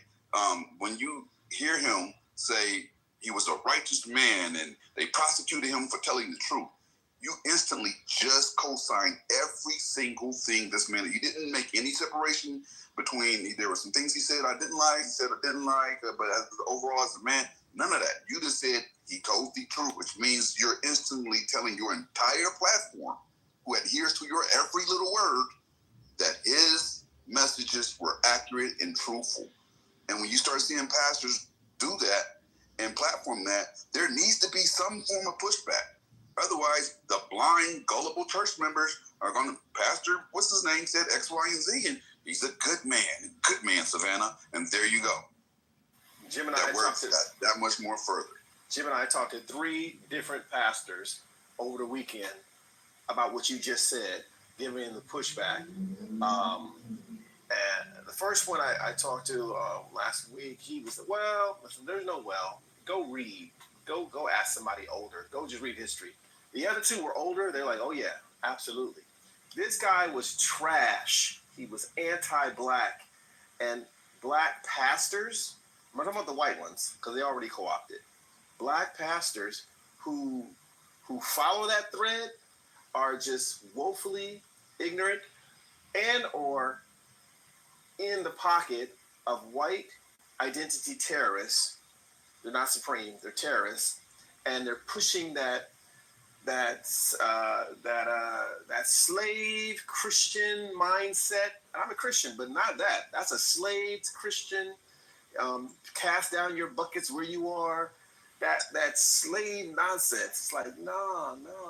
And there are many silly black men pastors who have no understanding of blackness here. I've heard black pastors say, I am a Christian before I'm black. I'm like, you are ignorant, because a Jew is a Jew. A Palestinian is a Palestinian. A Chinese is a Chinese person. What are you talking about? Why are you expecting? This is the whole thread of get rid of all the blackness away from. That is one of the reasons I would submit, Jim and I, why there's so few black real men in black Christian churches, because they're not going for the okie doke. What you just said is the okie doke. Hey, you're in the matrix. Hey, you're calling Charlie Kirk trash, but one's trash is another man's treasure. Yeah, Catalyst is talking outside of his neck. I'm only speaking facts. So you're not if speaking facts are the side of your neck, then you have no understanding of fact. You understand. First thing, nobody's going to put a race or a what you call that's a Christ. See, I'm not a Christian. I'm a Christian. I'm not going to put a color or a creed before God. Okay, that's not going to happen. So yeah, so you're on some other wavelength to get this to balance to what you want it to be there, Catalyst. This is 7 talking. The wavelength I'm on is I'm going to heaven, being caught up in the first resurrection. That's the wavelength I'm going on. That's what he meant when he says, "Blessed and holy is he that hath part in the first resurrection. Blessed second death hath no power." That's the wavelength I'm on. Sing it. Well, the wavelength I'm on is I put and keep God first in everything I do. Fire going on right now. You know, so that's what it is. You know, so you're sitting there and gonna call a guy a name, you know, that you never even met before. Now, do I agree with anything that? Wait. I didn't meet George. One second. I know y'all hear me saying 1 second. Un momento. Thank you. Por favor. Why he left? Why who left? He's about to get chopped the fuck up. Oh, I don't know. Did he leave or did somebody place him in the cool? No, he left. We left. I don't He knew what was coming. No, I don't. What you mean he knew what was coming? Because I was getting ready to change the subject. So, because you didn't even know what I was getting ready to say. Yeah, okay. And Pastor wanted to say something, First Lady. They all say the same shit. All right. If Pastor getting ready to say, right? Pastor, you getting ready to say something? Yeah, I'm going to be real quick. As a pastor, as a Christian, and I've told people this, and I'll say it again, stay out of them white people business. It's none of our business. I'm going back on mute. That's a fact. And that's a pastor I'm going to listen to.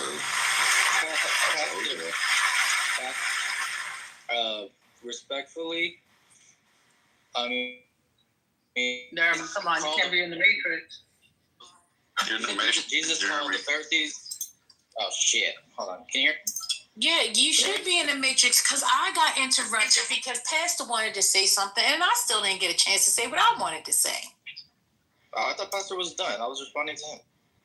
Yeah, well, I didn't say. Okay, you want to respond to Pastor? Go ahead. I'll hold. Oh yeah, respectfully, Jesus. I'm respecting that.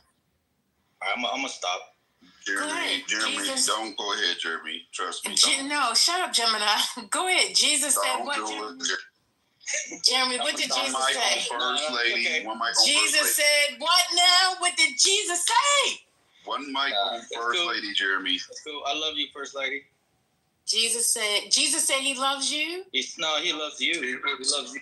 He said he loves you, and Jesus said one mic on First Lady. That's what all he says. Yep. That's all Jesus said. Whatever. Jesus said one mic on First Lady. Go ahead. Jeremy, what did Jesus say? Jesus loves me. I'm in the Matrix. Yeah, don't you do it, Jeremy. One mic on First Lady. I don't like to be pressured, but I wanted to point out the fact that, how I heard Jamal start by saying that this is not Christian. What is it? What did he say? Christendom? Is that it? Christianism. No, he did not say it. No, he said Christ. He said Christ something. You guys are saying Christian. He's saying Christ. Yeah. It's Christ, not Christian. Christ. Yeah, Christdom. Yeah, I heard him. It's not Christdom. He said Christendom. No, First Lady. Because when he said it, it just put an antenna up because I'd never heard it. Okay, we can rewind the tape. We can rewind the tape. But I wanted to say that because it hit me, and we have it where there's a group of people who see Christianity in a different view. That's what's being brought to the forefront right now. See, we have another group over here that sees Christian this way, and a group over here that sees it a completely different way. So then when you have one group saying, oh, this is not Christian, yeah, to those that see it the same way that you see it, they see that that's not Christian-like. But the people who follow that idea or ideology of Christian or Christendom or whatever you want to call it, that's how they see it. Have you ever thought about that before? I'm not saying that one is right or the other. I'm just saying, like, this is where we are. We're in a crux because people literally, even when it comes down to the truth, what the truth is constantly being questioned. How we used to see things and how we at least communicated with one another, we kind of saw things eye to eye, but now it's not happening like that. There's a whole new reality that's been created. Can y'all see that or no? No, because this has always been a thing. I've been seeing this for decades. Like, I mean, I can go down the list. And even what are you saying no to, sir? Be precise. What are you saying no?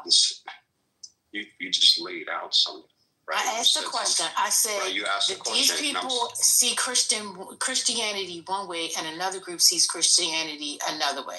You said no. Okay, precisely describe why. That's not what I'm saying. Well, that's my question. Wait. Hold on.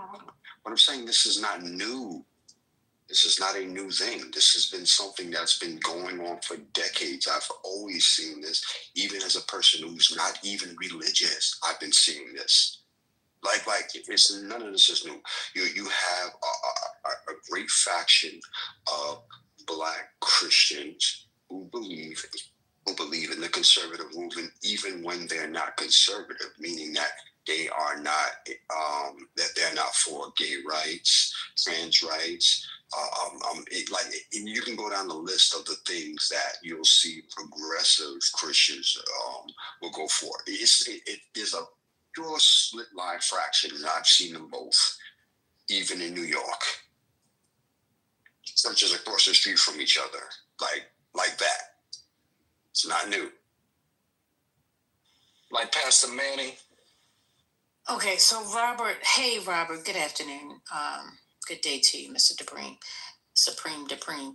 Yeah, no, so we're talking about Pastor Jamal Bryant and these other two pastors. I don't know these other people names. But Jamal and the other gentleman, they commented on what has been happening in regards to Charlie Kirk and how some people are responding. What was your stance on it? Because I was coming in and out, if you don't mind me asking. Yeah, well, Jamal was simply saying that the only thing that Charlie Kirk and Martin Luther King have in common is that they were killed by a white man. That's what he said. So I assumed that there was conversation about what he was referencing to is the fact that people were trying to compare him to Martin Luther King. And he was standing up for that. Wow. So may I make a comment? Yeah, but the overall arching question that I have is regarding, because how Jamal started out was talking or referencing Christianity, right? And saying that this guy is not a person to represent, Christendom. That was not Jamal that said that. You know that, right? Okay, who was it? That was the Chicago pastor that's bashing Jamal and the other pastor. Okay, that's what I was trying to get clarity. Okay. Let me hear Jamal again. Yeah, can you mind putting that again? Because I missed some of it. Okay. Don't mind now. Yeah, and I'm ready to comment once this get clarified. Okay. Okay, Brother Dupree. Peace, brother. How you doing, man? I need you, man. What's good? You all right? Yes, sir. Monday is a money-making, motivated Monday. No doubt. Let me let them have this dialogue so I can comment, because I do have a motivated Monday. I thought it was motivated Money Monday. All right. No money. Don't say money shit. How y'all think? I'm playing it now. Oh, Mel, you behaving today? Are you limiting your vulgarity today, Mel? about all of these Negro preachers who've been, in fact, talking about that this man that was killed was the answer to Christ in the earth. Y'all ain't saying that. They having moments of silence in black churches all over the country over a man that was racist and a white supremacist. How dare you compare him to Martin Luther King? The only thing that Charlie Crist and Martin Luther King got in common is both of them was killed by a white man. After that, they got nothing else in common. I'm concerned about all. That was it from Jamal. Good. Okay. Thanks for separating it. That made sense. So that all Jamal. That's all Jamal. And what's That this was guy Jamal name? right now. What happened? That was Jamal. So with that, yes, that was Jamal. Yeah. So I got it. Okay. So I'm. Wait a minute, hold up. So wait a minute. The next pastor, what is his name? I keep forgetting. The next pastor is, one moment. There's two more. Hold on. Is Pastor Charlie Kirk did not deserve to be assassinated. HJW is his abbreviation. But I'm overwhelmed seeing the flags of the United States of America at half staff calling this nation to honor and venerate a man who was an unapologetic racist and spent all of his life sowing seeds of division and hate into this land.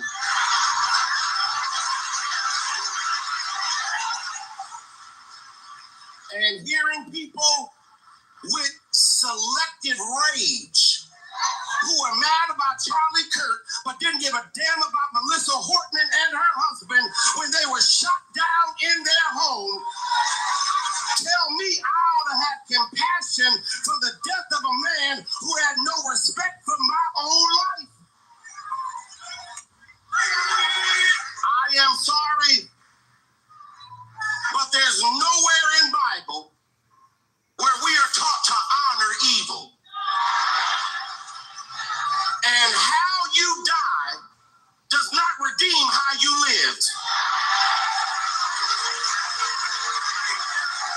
You do not become a hero in your death when you are a weapon of the enemy in your life.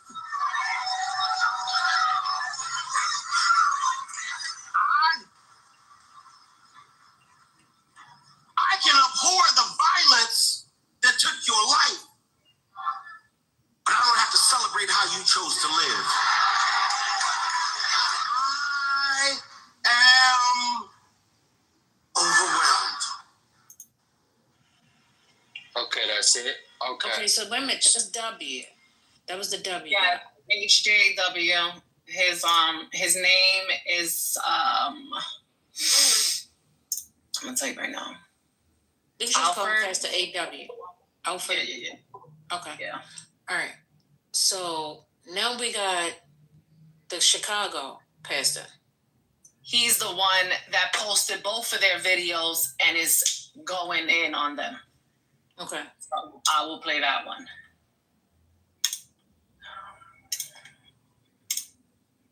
So remember, he plays them in the beginning and then he speaks on them. Over a man that was racist and a white supremacist. So he played both of their, like, the little second beat. Who was an unapologetic racist. No, we cannot be silent about the idolatry and the racism that is going on in the black church. And Jamal Bryant is one of the biggest goofies behind a pulpit. Just because you sitting there hooping and hollering, I said, God said, that don't mean it's anointed. That don't mean it's spirit filled. This is the same dude that went to the gay church with two gay men as pastors and acknowledged them as the first gentleman. How y'all still listen to this man like he led by the spirit and everything he do go against the Bible? I'll tell you why. Because y'all put culture over kingdom and there's idolatry in the black church. Hey, my sis said it best. She said, don't be so pro-black you become anti-Christ. That is the problem. Show me the tape, Jamal. Take the tape of Charlie Kirk being racist and post it on your platform. platform because y'all keep running with this narrative. Y'all got a lot to say. Show me the tape. I done looked at every video where they said this man was being racist, and I looked at the clip in context. Find the tape, Jamal. Find the tape. Post it on your page, and let's talk about it. You a goofy, bro. You a clown, bro.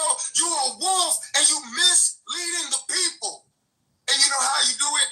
Because of the hurt, because of the trauma in the Black community. Yes, a lot of evil things happen. Yes, there is some racism. Yes, what happened back in the day with slavery and through the civil rights movement, it was awful. But some of you Black pastors, you making our people be victims. You teaching the opposite of what the Bible says because you the real racist. And some of y'all make money, right, by keeping our people down, and they looking and they put all their hope in the pastor. What y'all really, man? I'm sick of it, bro. Show me the tapes. Show me the tapes. Stop making the claims if you don't got the tapes. All right. Thank you for that perspective. Wait a minute, 1 second. Oh, damn. This is the last one. So number 4 would be Jamal responding back to him. Hold on. Y'all so official. Thank you for this breakdown. So much has been said over the last couple of days in reference to the murder of Charlie Kirk, suggesting that this is the signal that Christendom is going forward. It is a very poor misrepresentation. Christendom are against violence in all of its forms, and what took place in Utah was absolutely heinous. But yet, it still does not dismiss. In spite of how he died, it doesn't erase how it is that he lived. I don't want to be taken out of context, but I want to ask you, in Charlie's own words, is this the voice of Christendom and the church? For these blacks trying to go rob her, happening all the time in urban America. Prowling blacks go around for fun to go target white people. That's a fact. Black crime is a major issue in our country. Why are you pushing criminal justice reform? Joy Reid and Michelle Obama and Sheila Jackson Lee and Ketanji Brown Jackson, they're coming out and they're saying, I'm only here because of affirmative action. Yeah, we know. You do not have the brain processing power to otherwise be taken really seriously. You had to go steal a white person's slot to go be taken somewhat seriously. Now, the southern border is, of course, the great replacement. They're trying to replace us demographically. They're trying to make the country less white. It is an anti-white agenda. If I see a black pilot, I'm going to be like, boy, I hope he's qualified. America was at its peak when we halted immigration for 40 years and we dropped our foreign-born percentage to its lowest level ever. I do think that there is a direct correlation between someone's testosterone and their politics. On young men, the lower their testosterone, the more likely they are to be Democratic. When blacks in America did not have the same rights they had today, they were less murderous, there was less break-ins. Why is that? So I'm sorry, are you trying to say that blacks thrive under subjugation? No, I'm saying I'm asking you the question. The data shows they were actually better in the 1940s. It was bad, it was evil. But what happened? Something changed.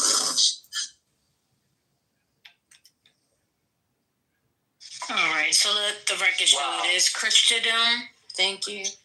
I'm going to go ahead and let you respond because you've done so well with staying off of the mic. But I did want to say definition of that word? Yeah, I only need 2 minutes. Yeah, I only need about 2 minutes. You only need 2 minutes. Maybe not. First lady, did you look for the definition of that word? No, I'm going to look it up now. But go ahead. While Robert is talking on his 15-minute soliloquy, I'll look it up. I was talking about what the other guy said, First Lady, before Robert gets started, because I'll probably be home by the time he's done. Now you're messing up. Come on now.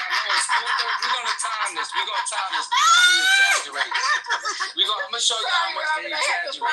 I'm going to show you how much they exaggerate. Watch. Okay, so 435, all right? So first of all, oh man, I think that we black folks, right? We gotta we don't be baited, be bigger, be better.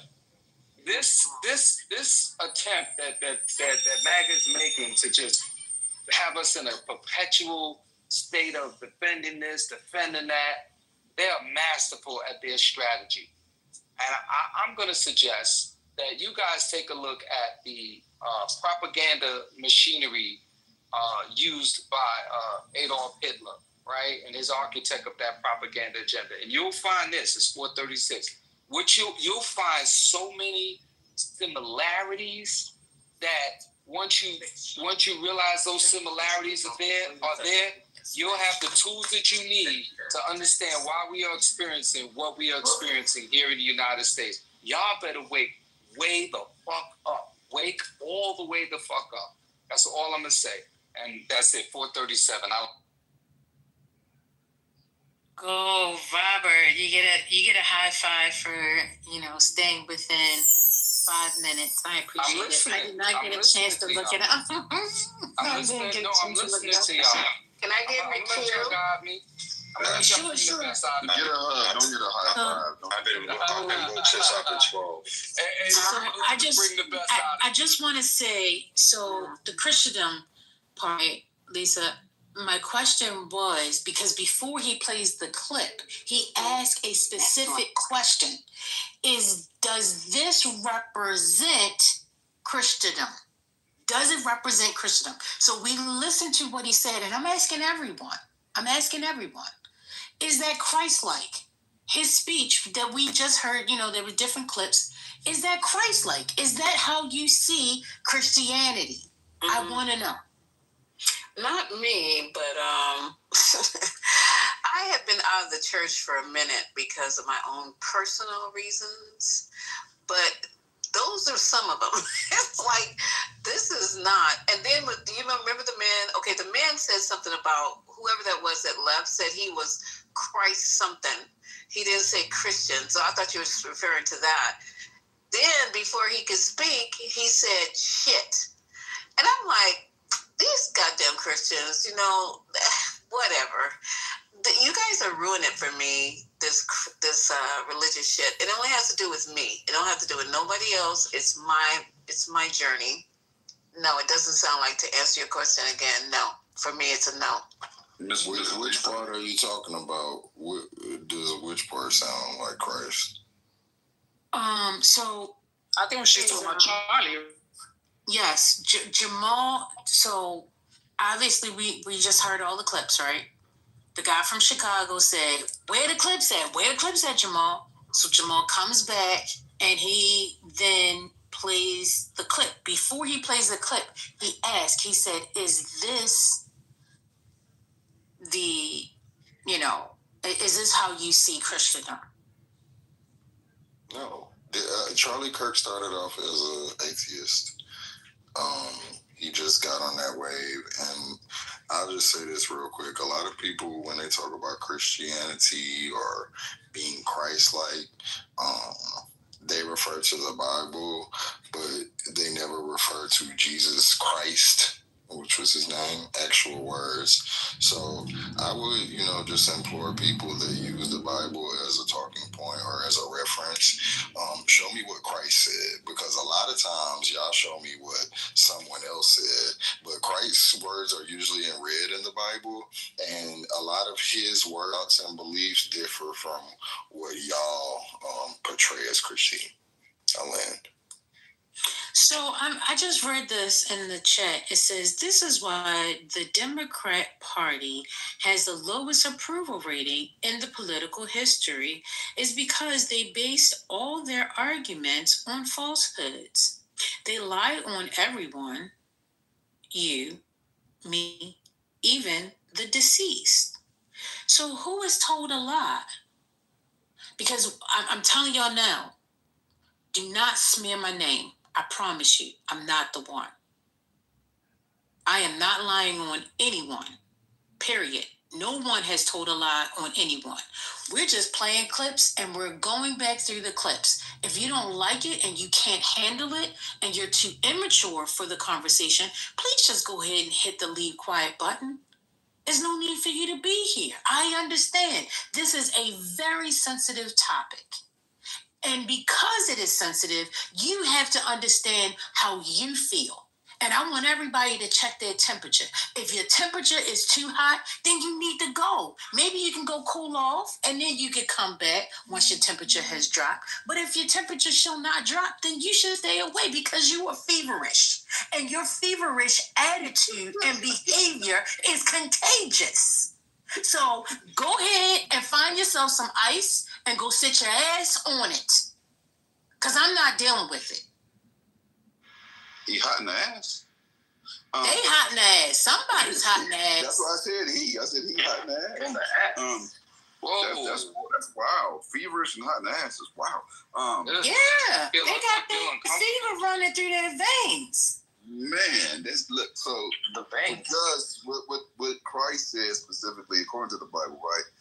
He said, "Love thy neighbors like thyself." Every message that I seen directly for him, he said, "You should love your neighbor as yourself." Everything I ever heard directly from him. He hung with prostitutes, flipped over tables. Yeah, love your enemies and things of that nature. I'm not quoting; these are paraphrases, but these are his words, right? This matter of fact, not only his words, but he deemed it as a core Christian principle. And with that being said, what I heard from Mr. Charlie was hate and division, right? It was don't be empathetic, don't, very critical of African Americans and spreading mistruths and putting out fear-mongering tactics as far as, blacks like to, they congregate and prowl looking for white prey, like we're just looking to harm white people, and that's our MO, and this is a daily thing. Right, which, like, this is a ritual in the black community. Like, we just go prowling. I forget exactly how he said it. I'm paraphrasing, but that's what he was implying, right? So when you hear somebody that is spreading hate and division, and we know every Christ quote has been love and unity, then we know it's directly the polar opposite of everything that Christianity is supposed to represent. Right? Now, I'm not condoning violence. I'm against violence of all sorts. I'm not sitting here saying this is why he needed to die. I'm not saying that so nobody can misquote me on that. That's not what I'm trying to do. But I am saying that the principles that Christianity is based on is the opposite of what he stood for when he was here on this planet. And that's a fact. Thank you. I just want to remind everyone, your comments will not be tolerated. They will no longer be even asked for you to advise or explain what you're saying. If I deem it as unnecessary or rude or ignorant or belligerent, I won't ask. I'll just remove. Okay? Thank you. However, before I go on, I do want to say Christians don't use those swear words. Well, first of all, what does a Christian look like to you? See, a lot of y'all got religion and Christianity fucked up. And I'm going to say it just like that, with the curse words. Because religion got y'all thinking one way, whereas in Christ had a whole different message. The first message of Christ was that you should love your neighbors. Hello? Hello, somebody. See, if you really want to get into it, see, the problem is a lot of people claim to be Christians and don't know nothing about the Bible. But you know everything about playing church. You know everything about going to the church, doing mass, doing communion, putting a little offering in, some people doing the praise and worship, all of that. But guess what? Your heart is nasty. Your ways are nasty. How you speak to one another is nasty. None of which is of God. None of which is why Jesus died on the cross, if in fact you believe in Christianity. The fruits of the Spirit is supposed to show up. You don't sit around and talk about people and talk about race and say these kind of things like that. No, that's not of God. That's not of love. If I'm putting a target on your back, So please, again, be careful. Anybody else like to speak? Good evening, First Lady. How you doing? This is TC. How y'all doing today? Hey, how you feeling? I'm good. Trying to get my house together, man. Moving to another house. You know, it's always a task. I'm gonna say this, and I'm gonna bounce. I'm the Simon Peter of the Christians. I'm an unchurched Christian. I don't follow the Christian religion, but I do read and follow Christian ideologies, right? I also follow Buddhism and a couple of other, philosophical, quote-unquote, religions. And I try to pull the best out of all of them because I believe the whitewashed Christianity that was taught to us here in the United States is nowhere near what Jesus Christ would have us do. I'm the Simon Peter of the apostles. I'm the guy that when you come to me, I'm gonna cut your ear off. I don't proclaim to be peaceful. I'm all about war, right? I did 23 years in the military because of that. I'm all about fighting, cutting ears off, cutting heads off. I don't hate nobody until you hate me. I believe that racists, people who push white nationalism, or any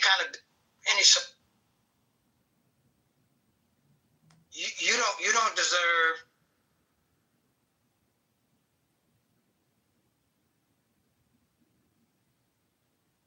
I think somebody's calling him. Somebody says cutting ears off. Did I hear that? What's that? Did someone say something about cutting the ears off? Yeah, he said he did 23 years in the military.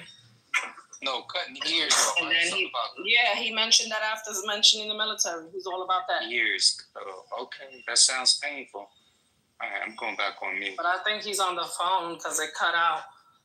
He was making a comparison to the disciple who cut the soldiers. I think he's still talking, y'all. I think he's just in the matrix. He going in right now. Yeah, he going in.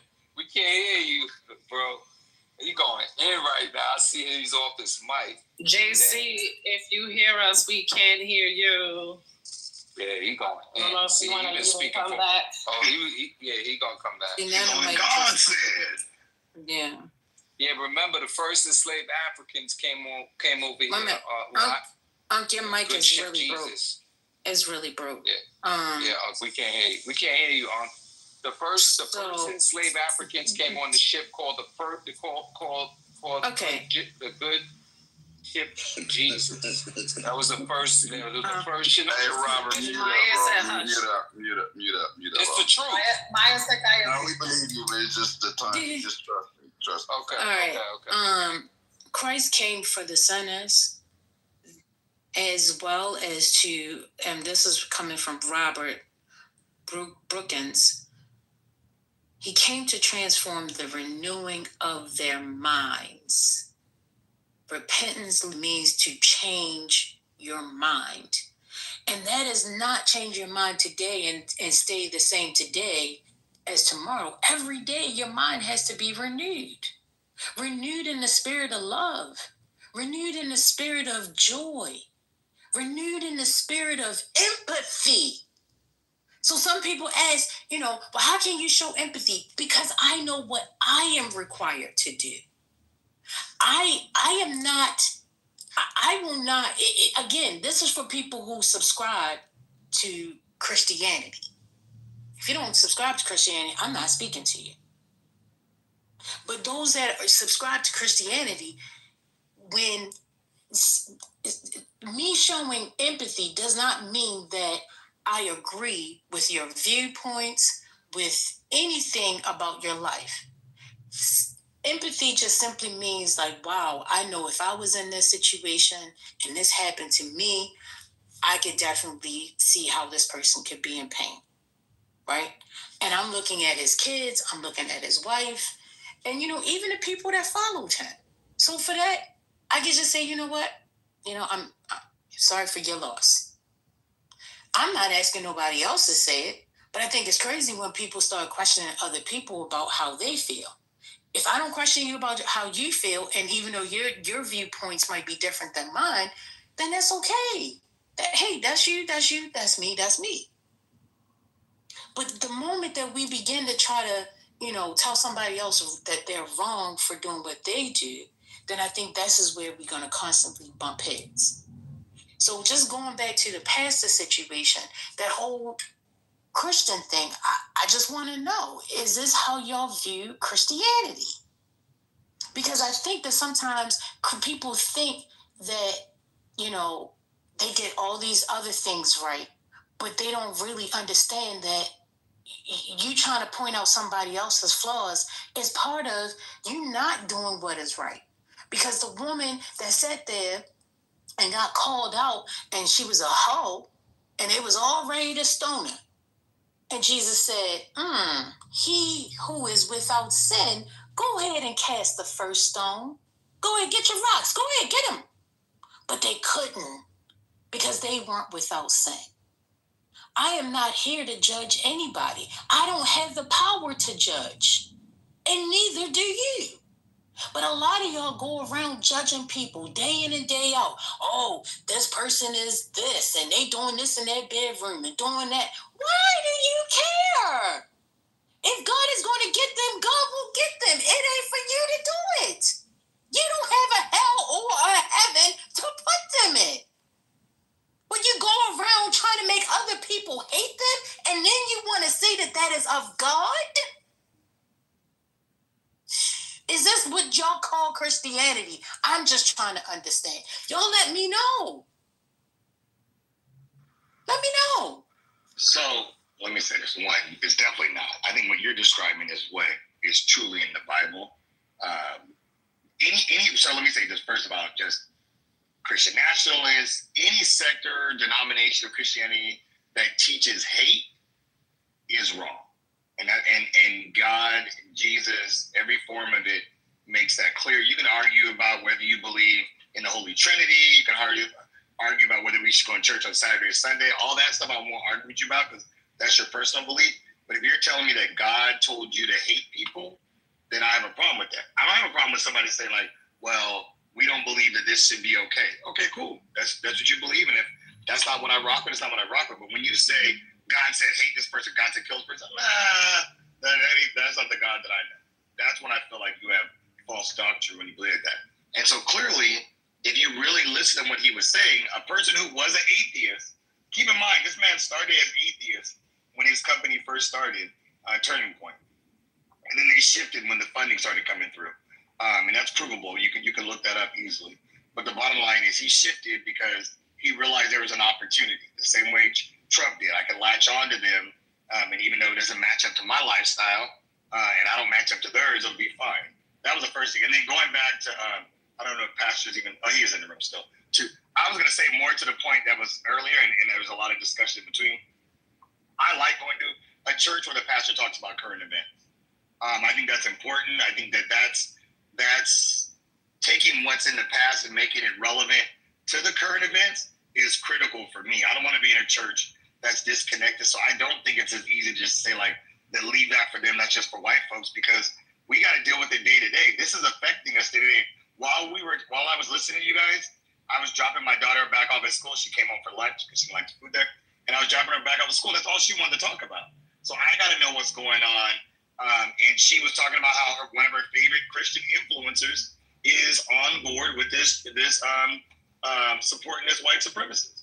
And she's like, I don't think I can fool with her no more. And I didn't tell her she had to, but I was like, does it make you still feel comfortable listening to her? She's like, no, I don't. So then maybe you should cut it loose.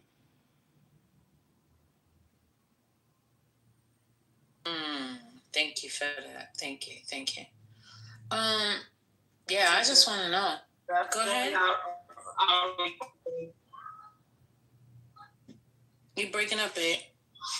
No, I was saying this is the saying for us. Oh shit! Hold on, let me get Wi-Fi. Oh, now you sound better. Hello? Okay, I'm back on Wi-Fi. I said this is our new reality telling us to stay out of it. It's hard to stay out of people when you agree to this. When you see your people, it's really hard to stay out of it. So you just stay quiet and not have an opinion and let everybody rock out? Or they standing on it, so then we have to stand on something. Or we fall for everything, right? And let them so build it's a like, statue. no, we're not okay with this. Right, exactly. But okay, but what are you not okay with? We're not okay with this person being praised and he had an ugly heart. I don't know where he's at right now, but on earth, he had an ugly heart. And there's footage, there's recordings that you cannot delete. It's there. And he has said things that is not okay. Christian don't want to divide. If we're going to be divided, then I don't want to be a part of Christianity, right? Okay. Well, because I'm not about division. Walk me slow. So your thing is the push or the pushback is because the people should not help me. I'm trying to focus. People that look like him should not be commenting on Black people. Okay. If you want to allow people to speak on people, let Black people speak on Black people. Especially when you are a fucking internet, whatever you call these motherfuckers. Oh, so the guy that was from Chicago, he's not Black? No. We're speaking on the guy that passed away. On Charlie Kirk. Oh, okay. Yes. Okay. It's not even. So I'm not okay with that. Yeah. So once again, if I'm not okay with what he said, I'm not okay with the pastor standing by him. And once again, if you go underneath the comments, you're going to see a lot of Black and brown also siding with that pastor. And the Black and brown are also bashing Jamal and the other pastor. So to know that that's what we are around, our own people siding with this man, I'm not going to stay quiet. Whether it's a family, a friend, clubhouse, I'm not going to stay quiet. They're not staying quiet, so why should we? So I'm going to state my opinion. I don't have to put a post up to state my opinion, but we have a voice on Clubhouse, and we will use our voice if needed. And guess what? If you don't want to speak on it, you also have that right to not say anything. Right. Some people can't post. Some people can't talk on here. Some people can only post. Some people can only talk on here. So it's like we got to mobilize. But it's like, what is next? What is next? That's the fact. So who's next? So we're gonna wait for another white man to pass away, for them to put the flags down, for them to praise him, for them to accuse. And then how many Black and brown die and they don't do a motherfucking thing? Oh yeah, just another tombstone. Well, okay, but wait a minute. What is wrong with them wanting to praise him? This is how they view him. I just have a problem if somebody's telling me that I have to do it. I have a problem with that. But if that's what they want to do, that's what they want to do. Okay, so they can do that, and we could also have an opinion on what they're doing. Yeah, I mean, so Mel, the danger is that you actually give him more power by speaking about him more. The most powerful thing to do would be to act like he don't exist anymore, because he don't. So, well, we're not talking. Indifference would be the number one. CEO ABC. You just came in. We're speaking on the past. We're speaking on the pastors right now. Just so happens the pastors were referring to this young man, but we definitely speaking on the pastors, because now it ain't about this guy. It's about the pastors that are preaching this type of sermon. Now that's who I have a problem with. So we're speaking on the pastors. But that was just a sermon they were speaking on, so that's what I was speaking on that. To me, it's just the exhaustion of Christian, why are we always responsible to we just gotta be the moral backbone of everything. I just don't understand. Everybody gotta tell, and then when we look at people sideways for seeing, it's like, no, you gotta let them live. Yeah, no, I don't really agree with that because that shit comes back to bite us all the time. It always comes back to bite us, whether it's a law, whether it's some type of reaction, just like we seen the other day. So it's like damned if you do, damned if you don't. Now they don't want us to say nothing. So it's like, I don't really. Well, what don't they want us to say? They don't want you to say anything bad about the man. They don't want you to say any. Well, what's saying something bad about him? Talking about. I said, what is okay? Because this is what I think is happening. Again, I think it's a lot of communication. I've heard people come into this space.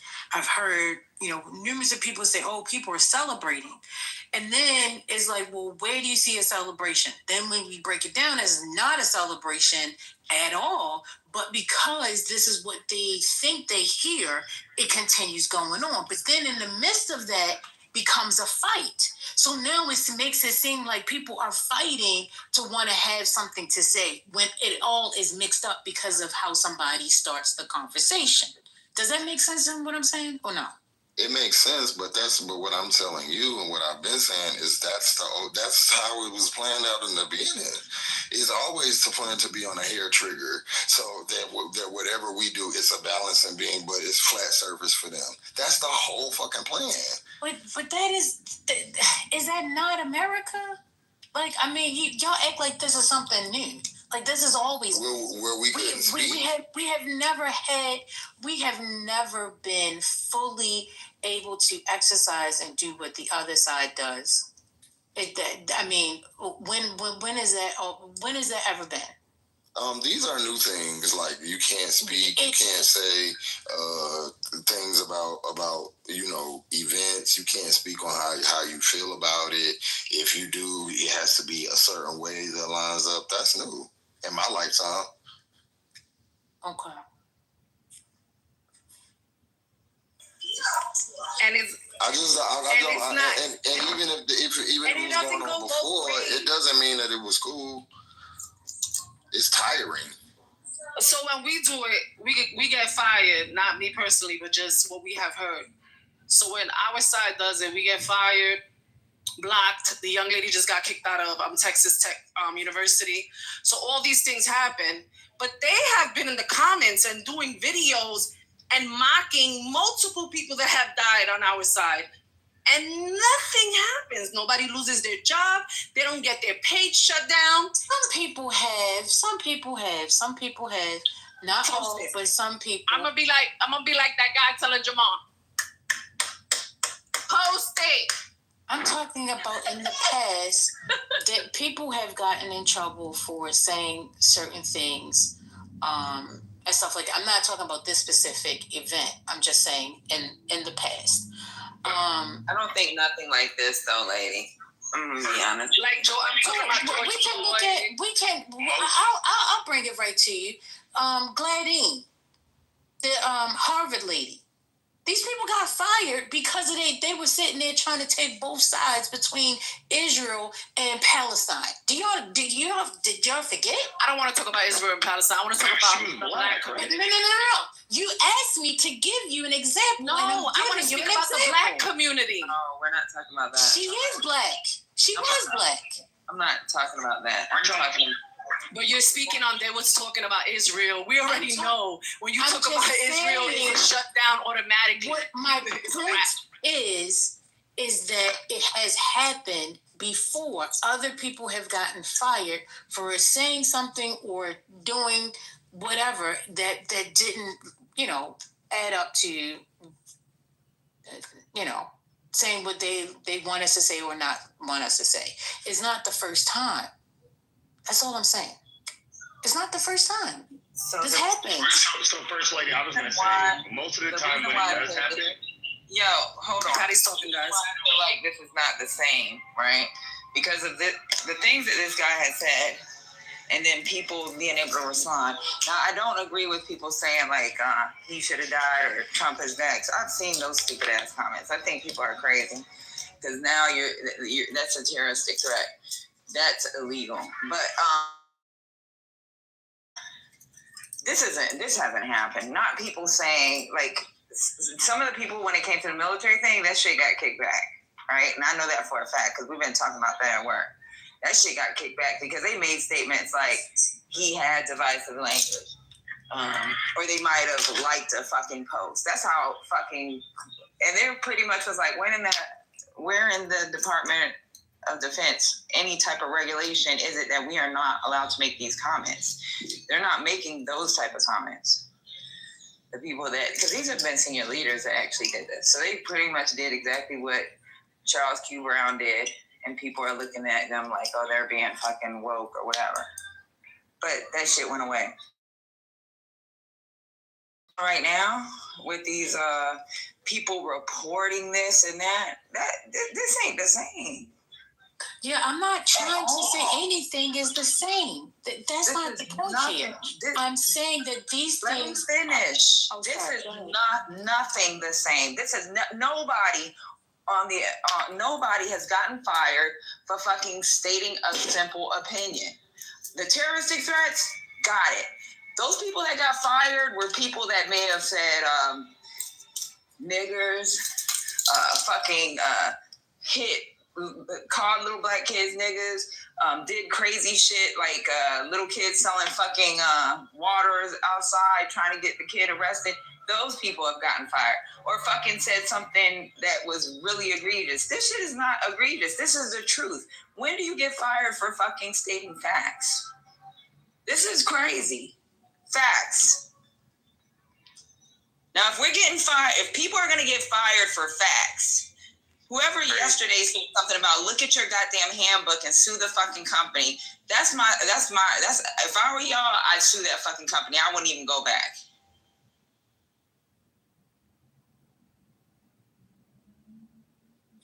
Were y'all talking about the LGBTQ at all? Huh? Okay, I was just wondering why Q and Pure Blood was talking. Two straight men were talking about LGBTQ things, and nobody was talking about that. They're obsessed. They like you, Jess. But I think a lady want to say something, babe. Go ahead. No, I don't have nothing to say because again, I'm not. Somebody asked me a question, I answered. I'm not saying that they're the same, by no means necessary. I'm not going to argue about this. I'm just not. I don't want to argue. I'm trying to get us away from arguing. So I'm not going to add to something that will cause an argument. I said what I said. I mean, I don't see, when Jamal asked the question, is this how we see Christendom? And I don't see it being that way. I don't see that those type of words or rhetoric and dividing people, causing other people to hate one another is something that is of God, period. Whatever faith you follow, whether that be Muslim, whether that be Hindu, whatever, and all different faiths, none of that is taught. None. So all that dividing and wanting somebody else to dislike somebody and as speaking such words is not of God. And from my point of view. So I was just asking other people how they feel about that. Is that how you see, Christendom? I think that was the question. So I think that I guess passion that you feel about it is because it's just unfair. And so even if there is a side to be spoken for on the other side, it's so lopsided. And I think people are just so tired of seeing, this shit be unfair. And so even if you're not trying to make a case, when you bring up something from the others, it seems that way, even if it's not. And especially in the heat of the moment and like what's going on right now, people get passionate about that. So I don't think it's going to be an argument. I just think that people are like very, I think people are like super sensitive, especially because now, you know, like it's almost like, damn, we can't even like talk. We can't, like, we already under kind of like a regime or administration that we don't really care for. And now it's like we can't even speak about it. And it's not, it didn't just start with Charlie Kirk. It, you know, it was leading up to that. And now the Charlie Kirk thing is like, you know, they're like putting their foot down and like, you know, like it's wild. And then we gotta watch shit like JD Vance get up on stage and say he never said that about black women. Nigga, we watched it. And so it's frustrating. Wait a minute. Thank you for that. Who was getting ready to speak? Who was? No, I wasn't. Oh, Brian. I was Wait a minute, Mr. Brian. in the background. No, I was saying the same thing. I was saying we can pull it up online. We're not stupid. Like, that's the part that makes me mad is when you play in our face like we can't just pull this up. Right. Thank you for that piece of it leading up to, because that's what I was trying to say. This has been leading up to this and is going to continuously lead up to something else. So for me, just when I'm talking from the point of why do what they want you to do. This is what they want, the fight. And I'm asking, why are we giving them what they want? Because it's a matter of, I think, position. And for some people, you know, like their life or their livelihood or their future may depend on what happens, or they may see it that way, or, you know, whatever the case may be. So, or people like me, I guess you could just call me like a pro-blacker. Like, it like irritates me that black people just get treated, or not even just black people, everybody else gets treated a certain way. And, you know, white people that agree with us get treated a different way. It's like, come on, bro. Like, if y'all got the presidency, you knew people wasn't going to like you. You know what I'm saying? We got to live through it. We've accepted that. Nobody's took over nothing. Nobody did anything wild. So, but y'all did. So it's like ever since, because y'all acted up, y'all want to pin something on this side so bad. We are chilling. We don't like you, but we're chilling. Nobody's doing anything. So it's like, it's just a lot of tension. And if you know what I'm saying, if that's not your position all the way, then you may be able to see it from a different position or be calmer about it. That's what I think. Okay. I mean, and I'm okay with you being that way. I don't understand why y'all be getting mad with me because I am who I am. I don't understand that, Trust. Tell me why I can accept you for who you are, but you can't accept me for who I am. It's like when you're trying to talk to somebody why they mad. It's not that. It's just like you trying to say, have you ever been mad at somebody like, no, but just calm down and try to, and you like, bitch, get the fuck out my face. Like, I don't want to calm down. That's just like, that's how it is. And then you come back and you be like, I'm sorry, I just hadn't eaten or whatever. So you like, it's just like that. It's like nobody is really, only time it makes me mad at other black people is when they do the whole like Omari thing. Like they try to like do this like whole look, if I don't like somebody, I'm allowed to not like somebody. If I said I don't want the man shot, I feel that way too. People are allowed, don't try to define me or, you know, put your shit on me. So it's just like, I think people, it's just like a heightened emotion. I don't think really you could rock out. You could be Gandhi. We cool. You just got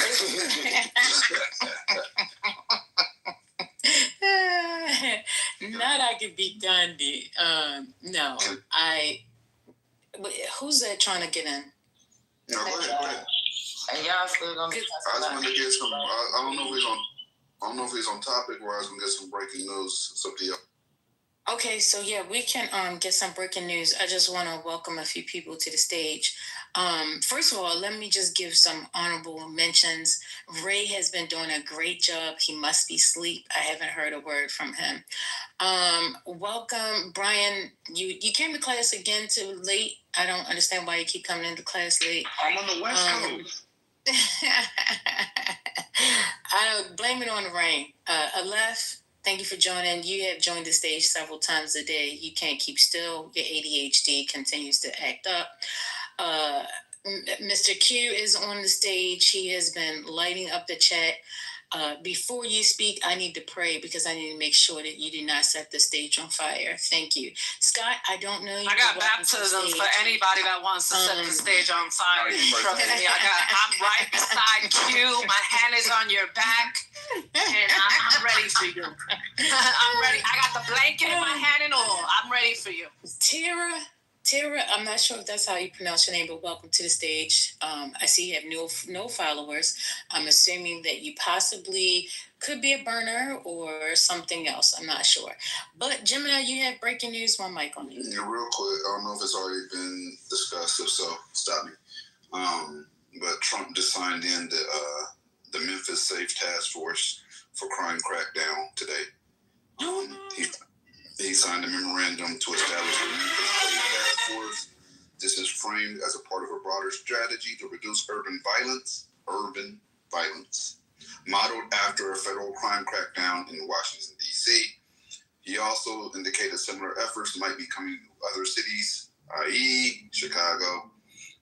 National Guard deployment. Trump announced he plans to send the National Guard to Memphis. He described the city as, quote unquote, deeply troubled, and said the move is part of the administration's efforts to address violent urban crime. The Tennessee governor, Bill Lee, a Republican, reportedly supports the move. Memphis's mayor, Paul Young, a Democrat, has expressed concern and said he did not ask for the National Guard deployment and doubts it's the best approach. Do y'all agree with that, or do y'all have solutions if y'all don't agree with it? Like, usually people disagree with don't got solutions. Oh. Better policing. That's a solution.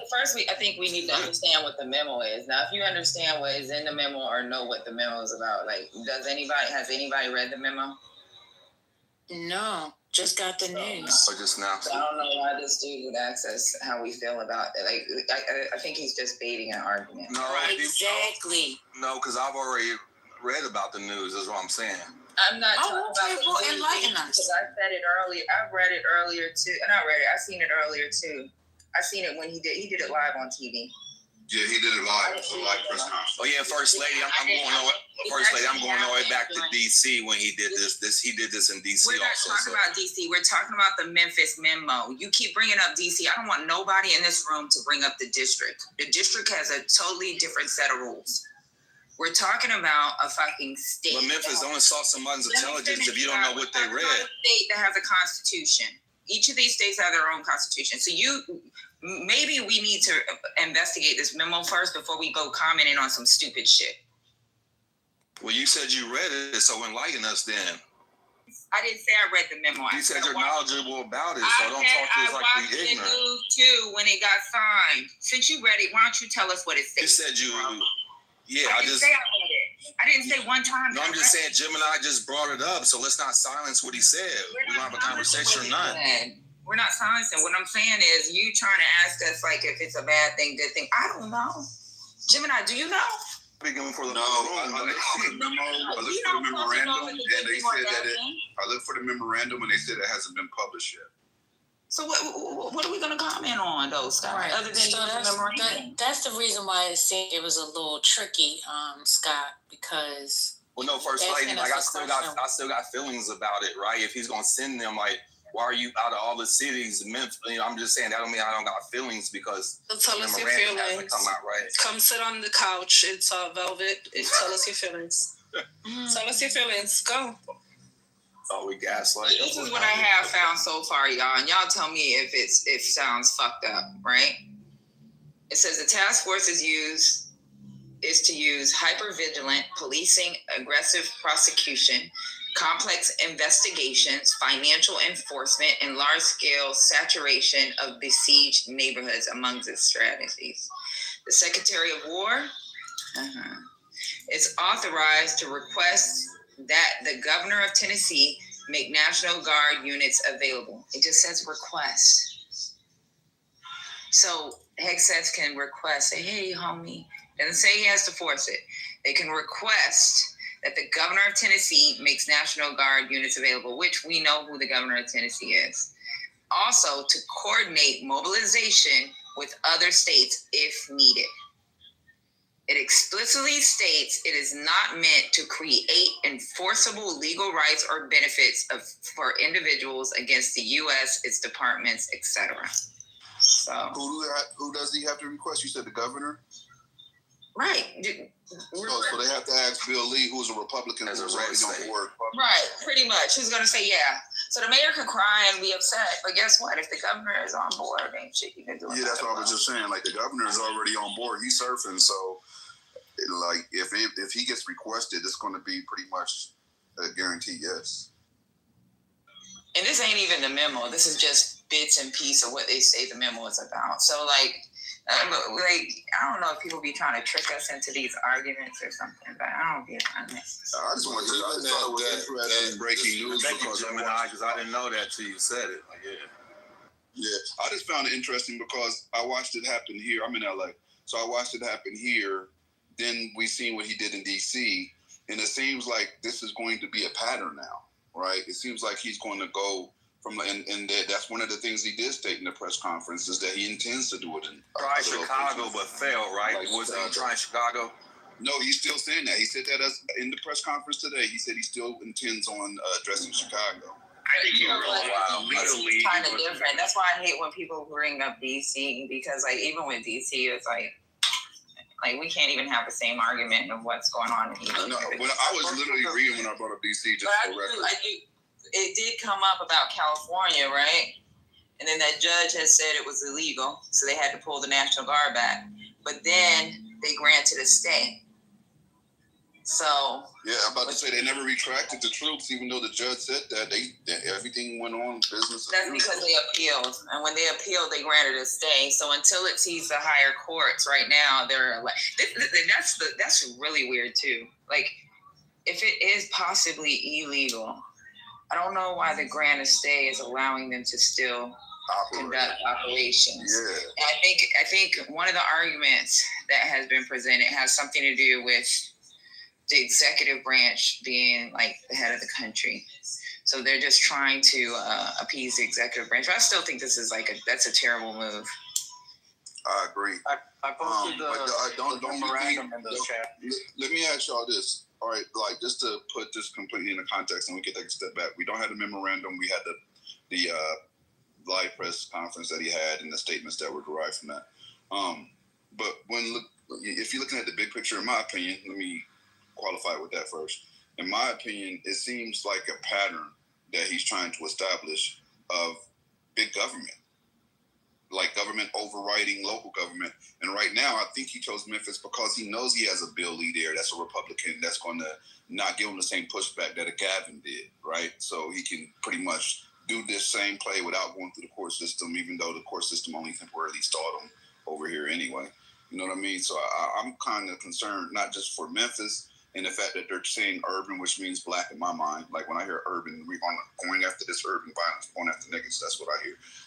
And when you start doing that, I really feel like that's going to be a pattern that's going to be spread even further in his weird power grab that he's doing. Right? I feel like it's a pattern. That's all I'm trying to say.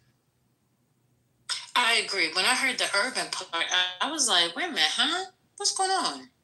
So what that mean? I mean, what she described was stop and frisk. The word she used, I mean, that's just like an updated version of stop and frisk. I don't like the way it sounds, even without the National Guard going in. It sounds like it's gonna be. I mean, and it probably will work, but they're going to put everybody in jail for every little fucking thing. So then I would not want to see that.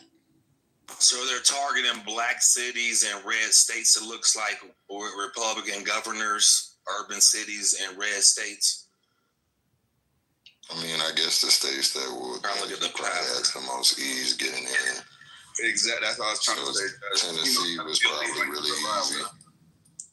So I found something else that actually breaks it down. So they were talking about the hypervigilant policing.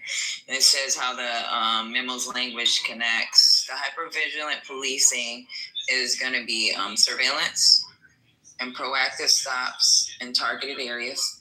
The large-scale saturation means more officers, more patrols. The aggressive prosecution and complex investigation is it points towards charging strategies, gang-related or conspiracies types cases, not financial enforcement, aimed at cutting off funding streams for gangs, cartels, more like RICO or anti-money laundering than street stops. So, I don't know. Important to note that the National Guard cannot arrest anyone. They will not be stopping and frisking you. That's not true. They can't. They don't have the power. We're not talking about the National Guard. We're not talking about the National Guard. Actually, so what's the issue? The police are already there. Like, what's the difference? Heightened police presence, surveillance. Exactly. Yeah, they did it in New York. We from New York, so we know, we've seen where. Yeah, those are cold words, buddy.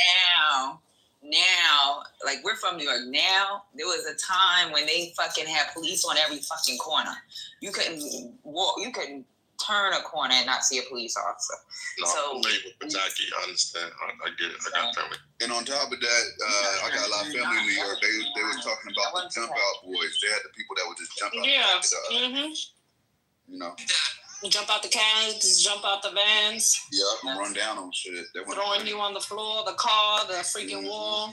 Yeah. I ain't gonna lie though. My position is at the end of the day, we know in our communities we didn't bring these drugs over here. So if y'all brought them over here, which we know from the Iran-Contra matter, we know that. It's documented fact. They need to come help get them out of our communities. They've devastated our communities, so they need to come help get them out. I mean, at the end of the day, you brought them over here, right? We didn't have laboratories to cook up crack. We didn't have AKs and all the time. Somebody brought that. It's been documented this happened. So if y'all brought this over here, then help us get it out, because we do need help. People who had laboratories to cook up crack. We didn't have the recipe. What do you mean, regular citizens? What's going on here? Lord, I didn't pray. Father God, in the name of Jesus. Yeah, we got this conversation. Let's do this breathing exercise real quick, because now we're going into Hotep territory. Yeah, I was trying to stick to the facts. That's why I just read the facts. Right. One way or another, these urban centers need help. I mean, the people who live there. Last time I was in Memphis, somebody died in the house next door. Memphis is off the chain. If you haven't been there, just stay about 2-3 days, and you realize they definitely need some help. I don't know if this is the total answer, but we can't go and do social programs. They need help, but they don't need the government to get involved. They could do this locally, man. So I think that memo is about local and then adding national. There's no precedent for what you're saying. There's no precedent for what you're saying. It hasn't been done. Memphis has got progressively worse and worse and worse and worse. I thought they said they had a 44% crime decrease this year. I mean, I could be wrong, but I'm pretty sure that's what they said. Yeah, I mean, but going from 1,000% to 500, I mean, it's still terrible. You know, a small sample size. Working. Something's working. You got to remember, a lot of people are poor in fucking Memphis too. So something's working, right? So, like, why can't we take our wins and go with our wins? Now, that's one thing I'm going to jump on ladies' boat with. Why we can't take our wins, look at what's working, and maybe just keep working towards it better. Like, the policing thing, I don't know, y'all. Because the people who live there would tell you it's not working. Y'all can pull numbers all you want to it and use, stringent data, but at the end of the day, the people who live there are suffering. Really, really suffering. I'm looking at this, right? Like, I'm sitting here feeling no feelings on roll out right now, bro. I'm just looking at stats and facts, right? And it says that there's been a significant decrease in crime in Memphis in 2025 compared to prior years. Here are the key points. 25-year low in major crime categories. The Memphis Police Department reports for the first 8 months of 2025, overall crime is down to its lowest level in 25 years across many major categories, including robbery, burglary, and larceny. Violent crimes down, including homicide down to a 6-year low, aggravated assault down to a 5-year low, sexual assault down to a 20-year low. Year-over-year drops compared to the same period in 2024. Crime incidents are roughly down 23% in 2025 as of August Compared to 2023, crime is down about 37% in the same time period. So they're doing something right, bro. Like I can tell you what they're doing. Well, I can tell you what they're doing because I do this work, right? And in our neighborhood in West Las Vegas, we had a park right next to our church, right? In this church, black women's bodies was being dumped inside of the park. What the police chief did was call them suicides. We knew that there was bad dope on the street. So we went to Fox 5 and we raised holy hell to say these black women are dying, right? These are murders. Exactly what they are. What they do is they miscategorize crime to get these numbers down. And then we sit here, instead of dealing with people who really live there, we just use, empirical data as if things are getting better, and they're not. All they're doing is miscategorizing crimes, especially when it comes Yeah, we need solutions. Ray woke up. First Lady Ray woke up. These people are getting murdered. Yeah. We know that. Yeah, you're not. I got a question. Go ahead, Ray. What would you categorize a drug overdose as? You would categorize a drug overdose as a murder? Well, when you know you're giving it to somebody on purpose, which is not suicide. Absolutely. I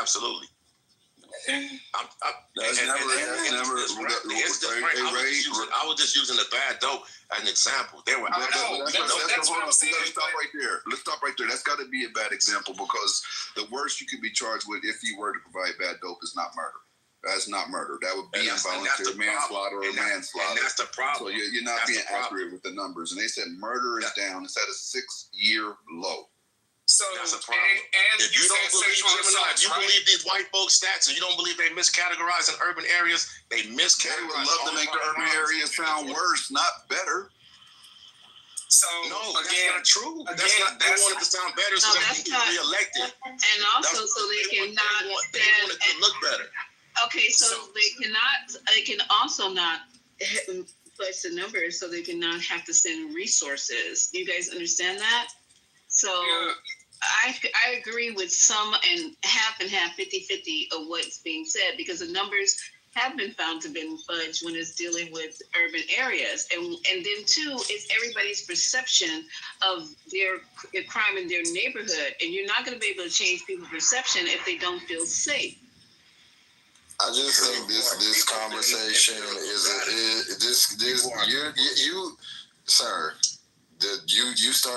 always start with this empirical data, and then when I start pressing you, you don't have it.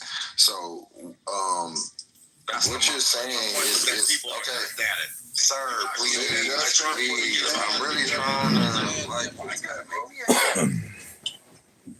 all right, so you know all these things, bad dope, Are you interested in doing anything about the causes of these things, or are you just? If you don't shut the fuck up, you just asked me a question. Shut up! I'm not done. Shut up. The fuck is wrong? Bitch, you a big girl. I'm a little girl. You're a big girl. Now, do you want to do this, bitch? You already know how I give it up. Stop playing with me, big bitch. I know how you give it up. You've been right over. All right, so stop. So shut the fuck up, bitch. You're from Vegas. All right. A corny ass bitch anyway. So all right. So tell Big Face to leave me alone. Okay. All right. So let me leave him alone. All right. So. You keep saying all of this stuff about empirical data. What I'm talking about is changing the environment, changing the resources, the access. So maybe you don't raise little drug dealers. Maybe because drug dealing is something that people usually do to get resources because they are desperate. But you're not talking about that. And this is what I hate about black people. Y'all come in here, y'all want to shit on other black people, but talk about no solutions about lifting them up. You just want to, let's punish all the black people. They doing this. So then what the fuck gonna happen to the next generation that's raised up in the same type of environment without the same resources? You just gonna get another crop of fucking criminals. Y'all niggas don't care. You just hate yourself. Or the drug users. Let's address that. If I can respond, I started off by saying in my neighborhood, right? It's my hood that I personally serve. The average median income in my neighborhood, because we've tried to establish several businesses there, one being a UPS store, is $23,000 for a family of 4 or 5 for the black community. So we out here doing the work. We got that. We have the real empirical data, and we understand the environment that causes crime to flourish. What I'm saying is we can't bring all these social programs where there is no safety. When I have to do a funeral as a pastor and I got to stop the Bloods from coming up to shoot up the funeral and the Crips, and I got to get the Black Panthers to stay in the corner, we really out here doing this work. And I just don't want y'all to forget. You can read all the numbers that you want, but people are still people. There are people who are living in. But you using your empirical data. That's all I'm saying. Post a video where you held the Black Panthers and the Bloods off, because you just got that from a movie. I would love for you to post that video, because that's all. Like y'all straight bullshit.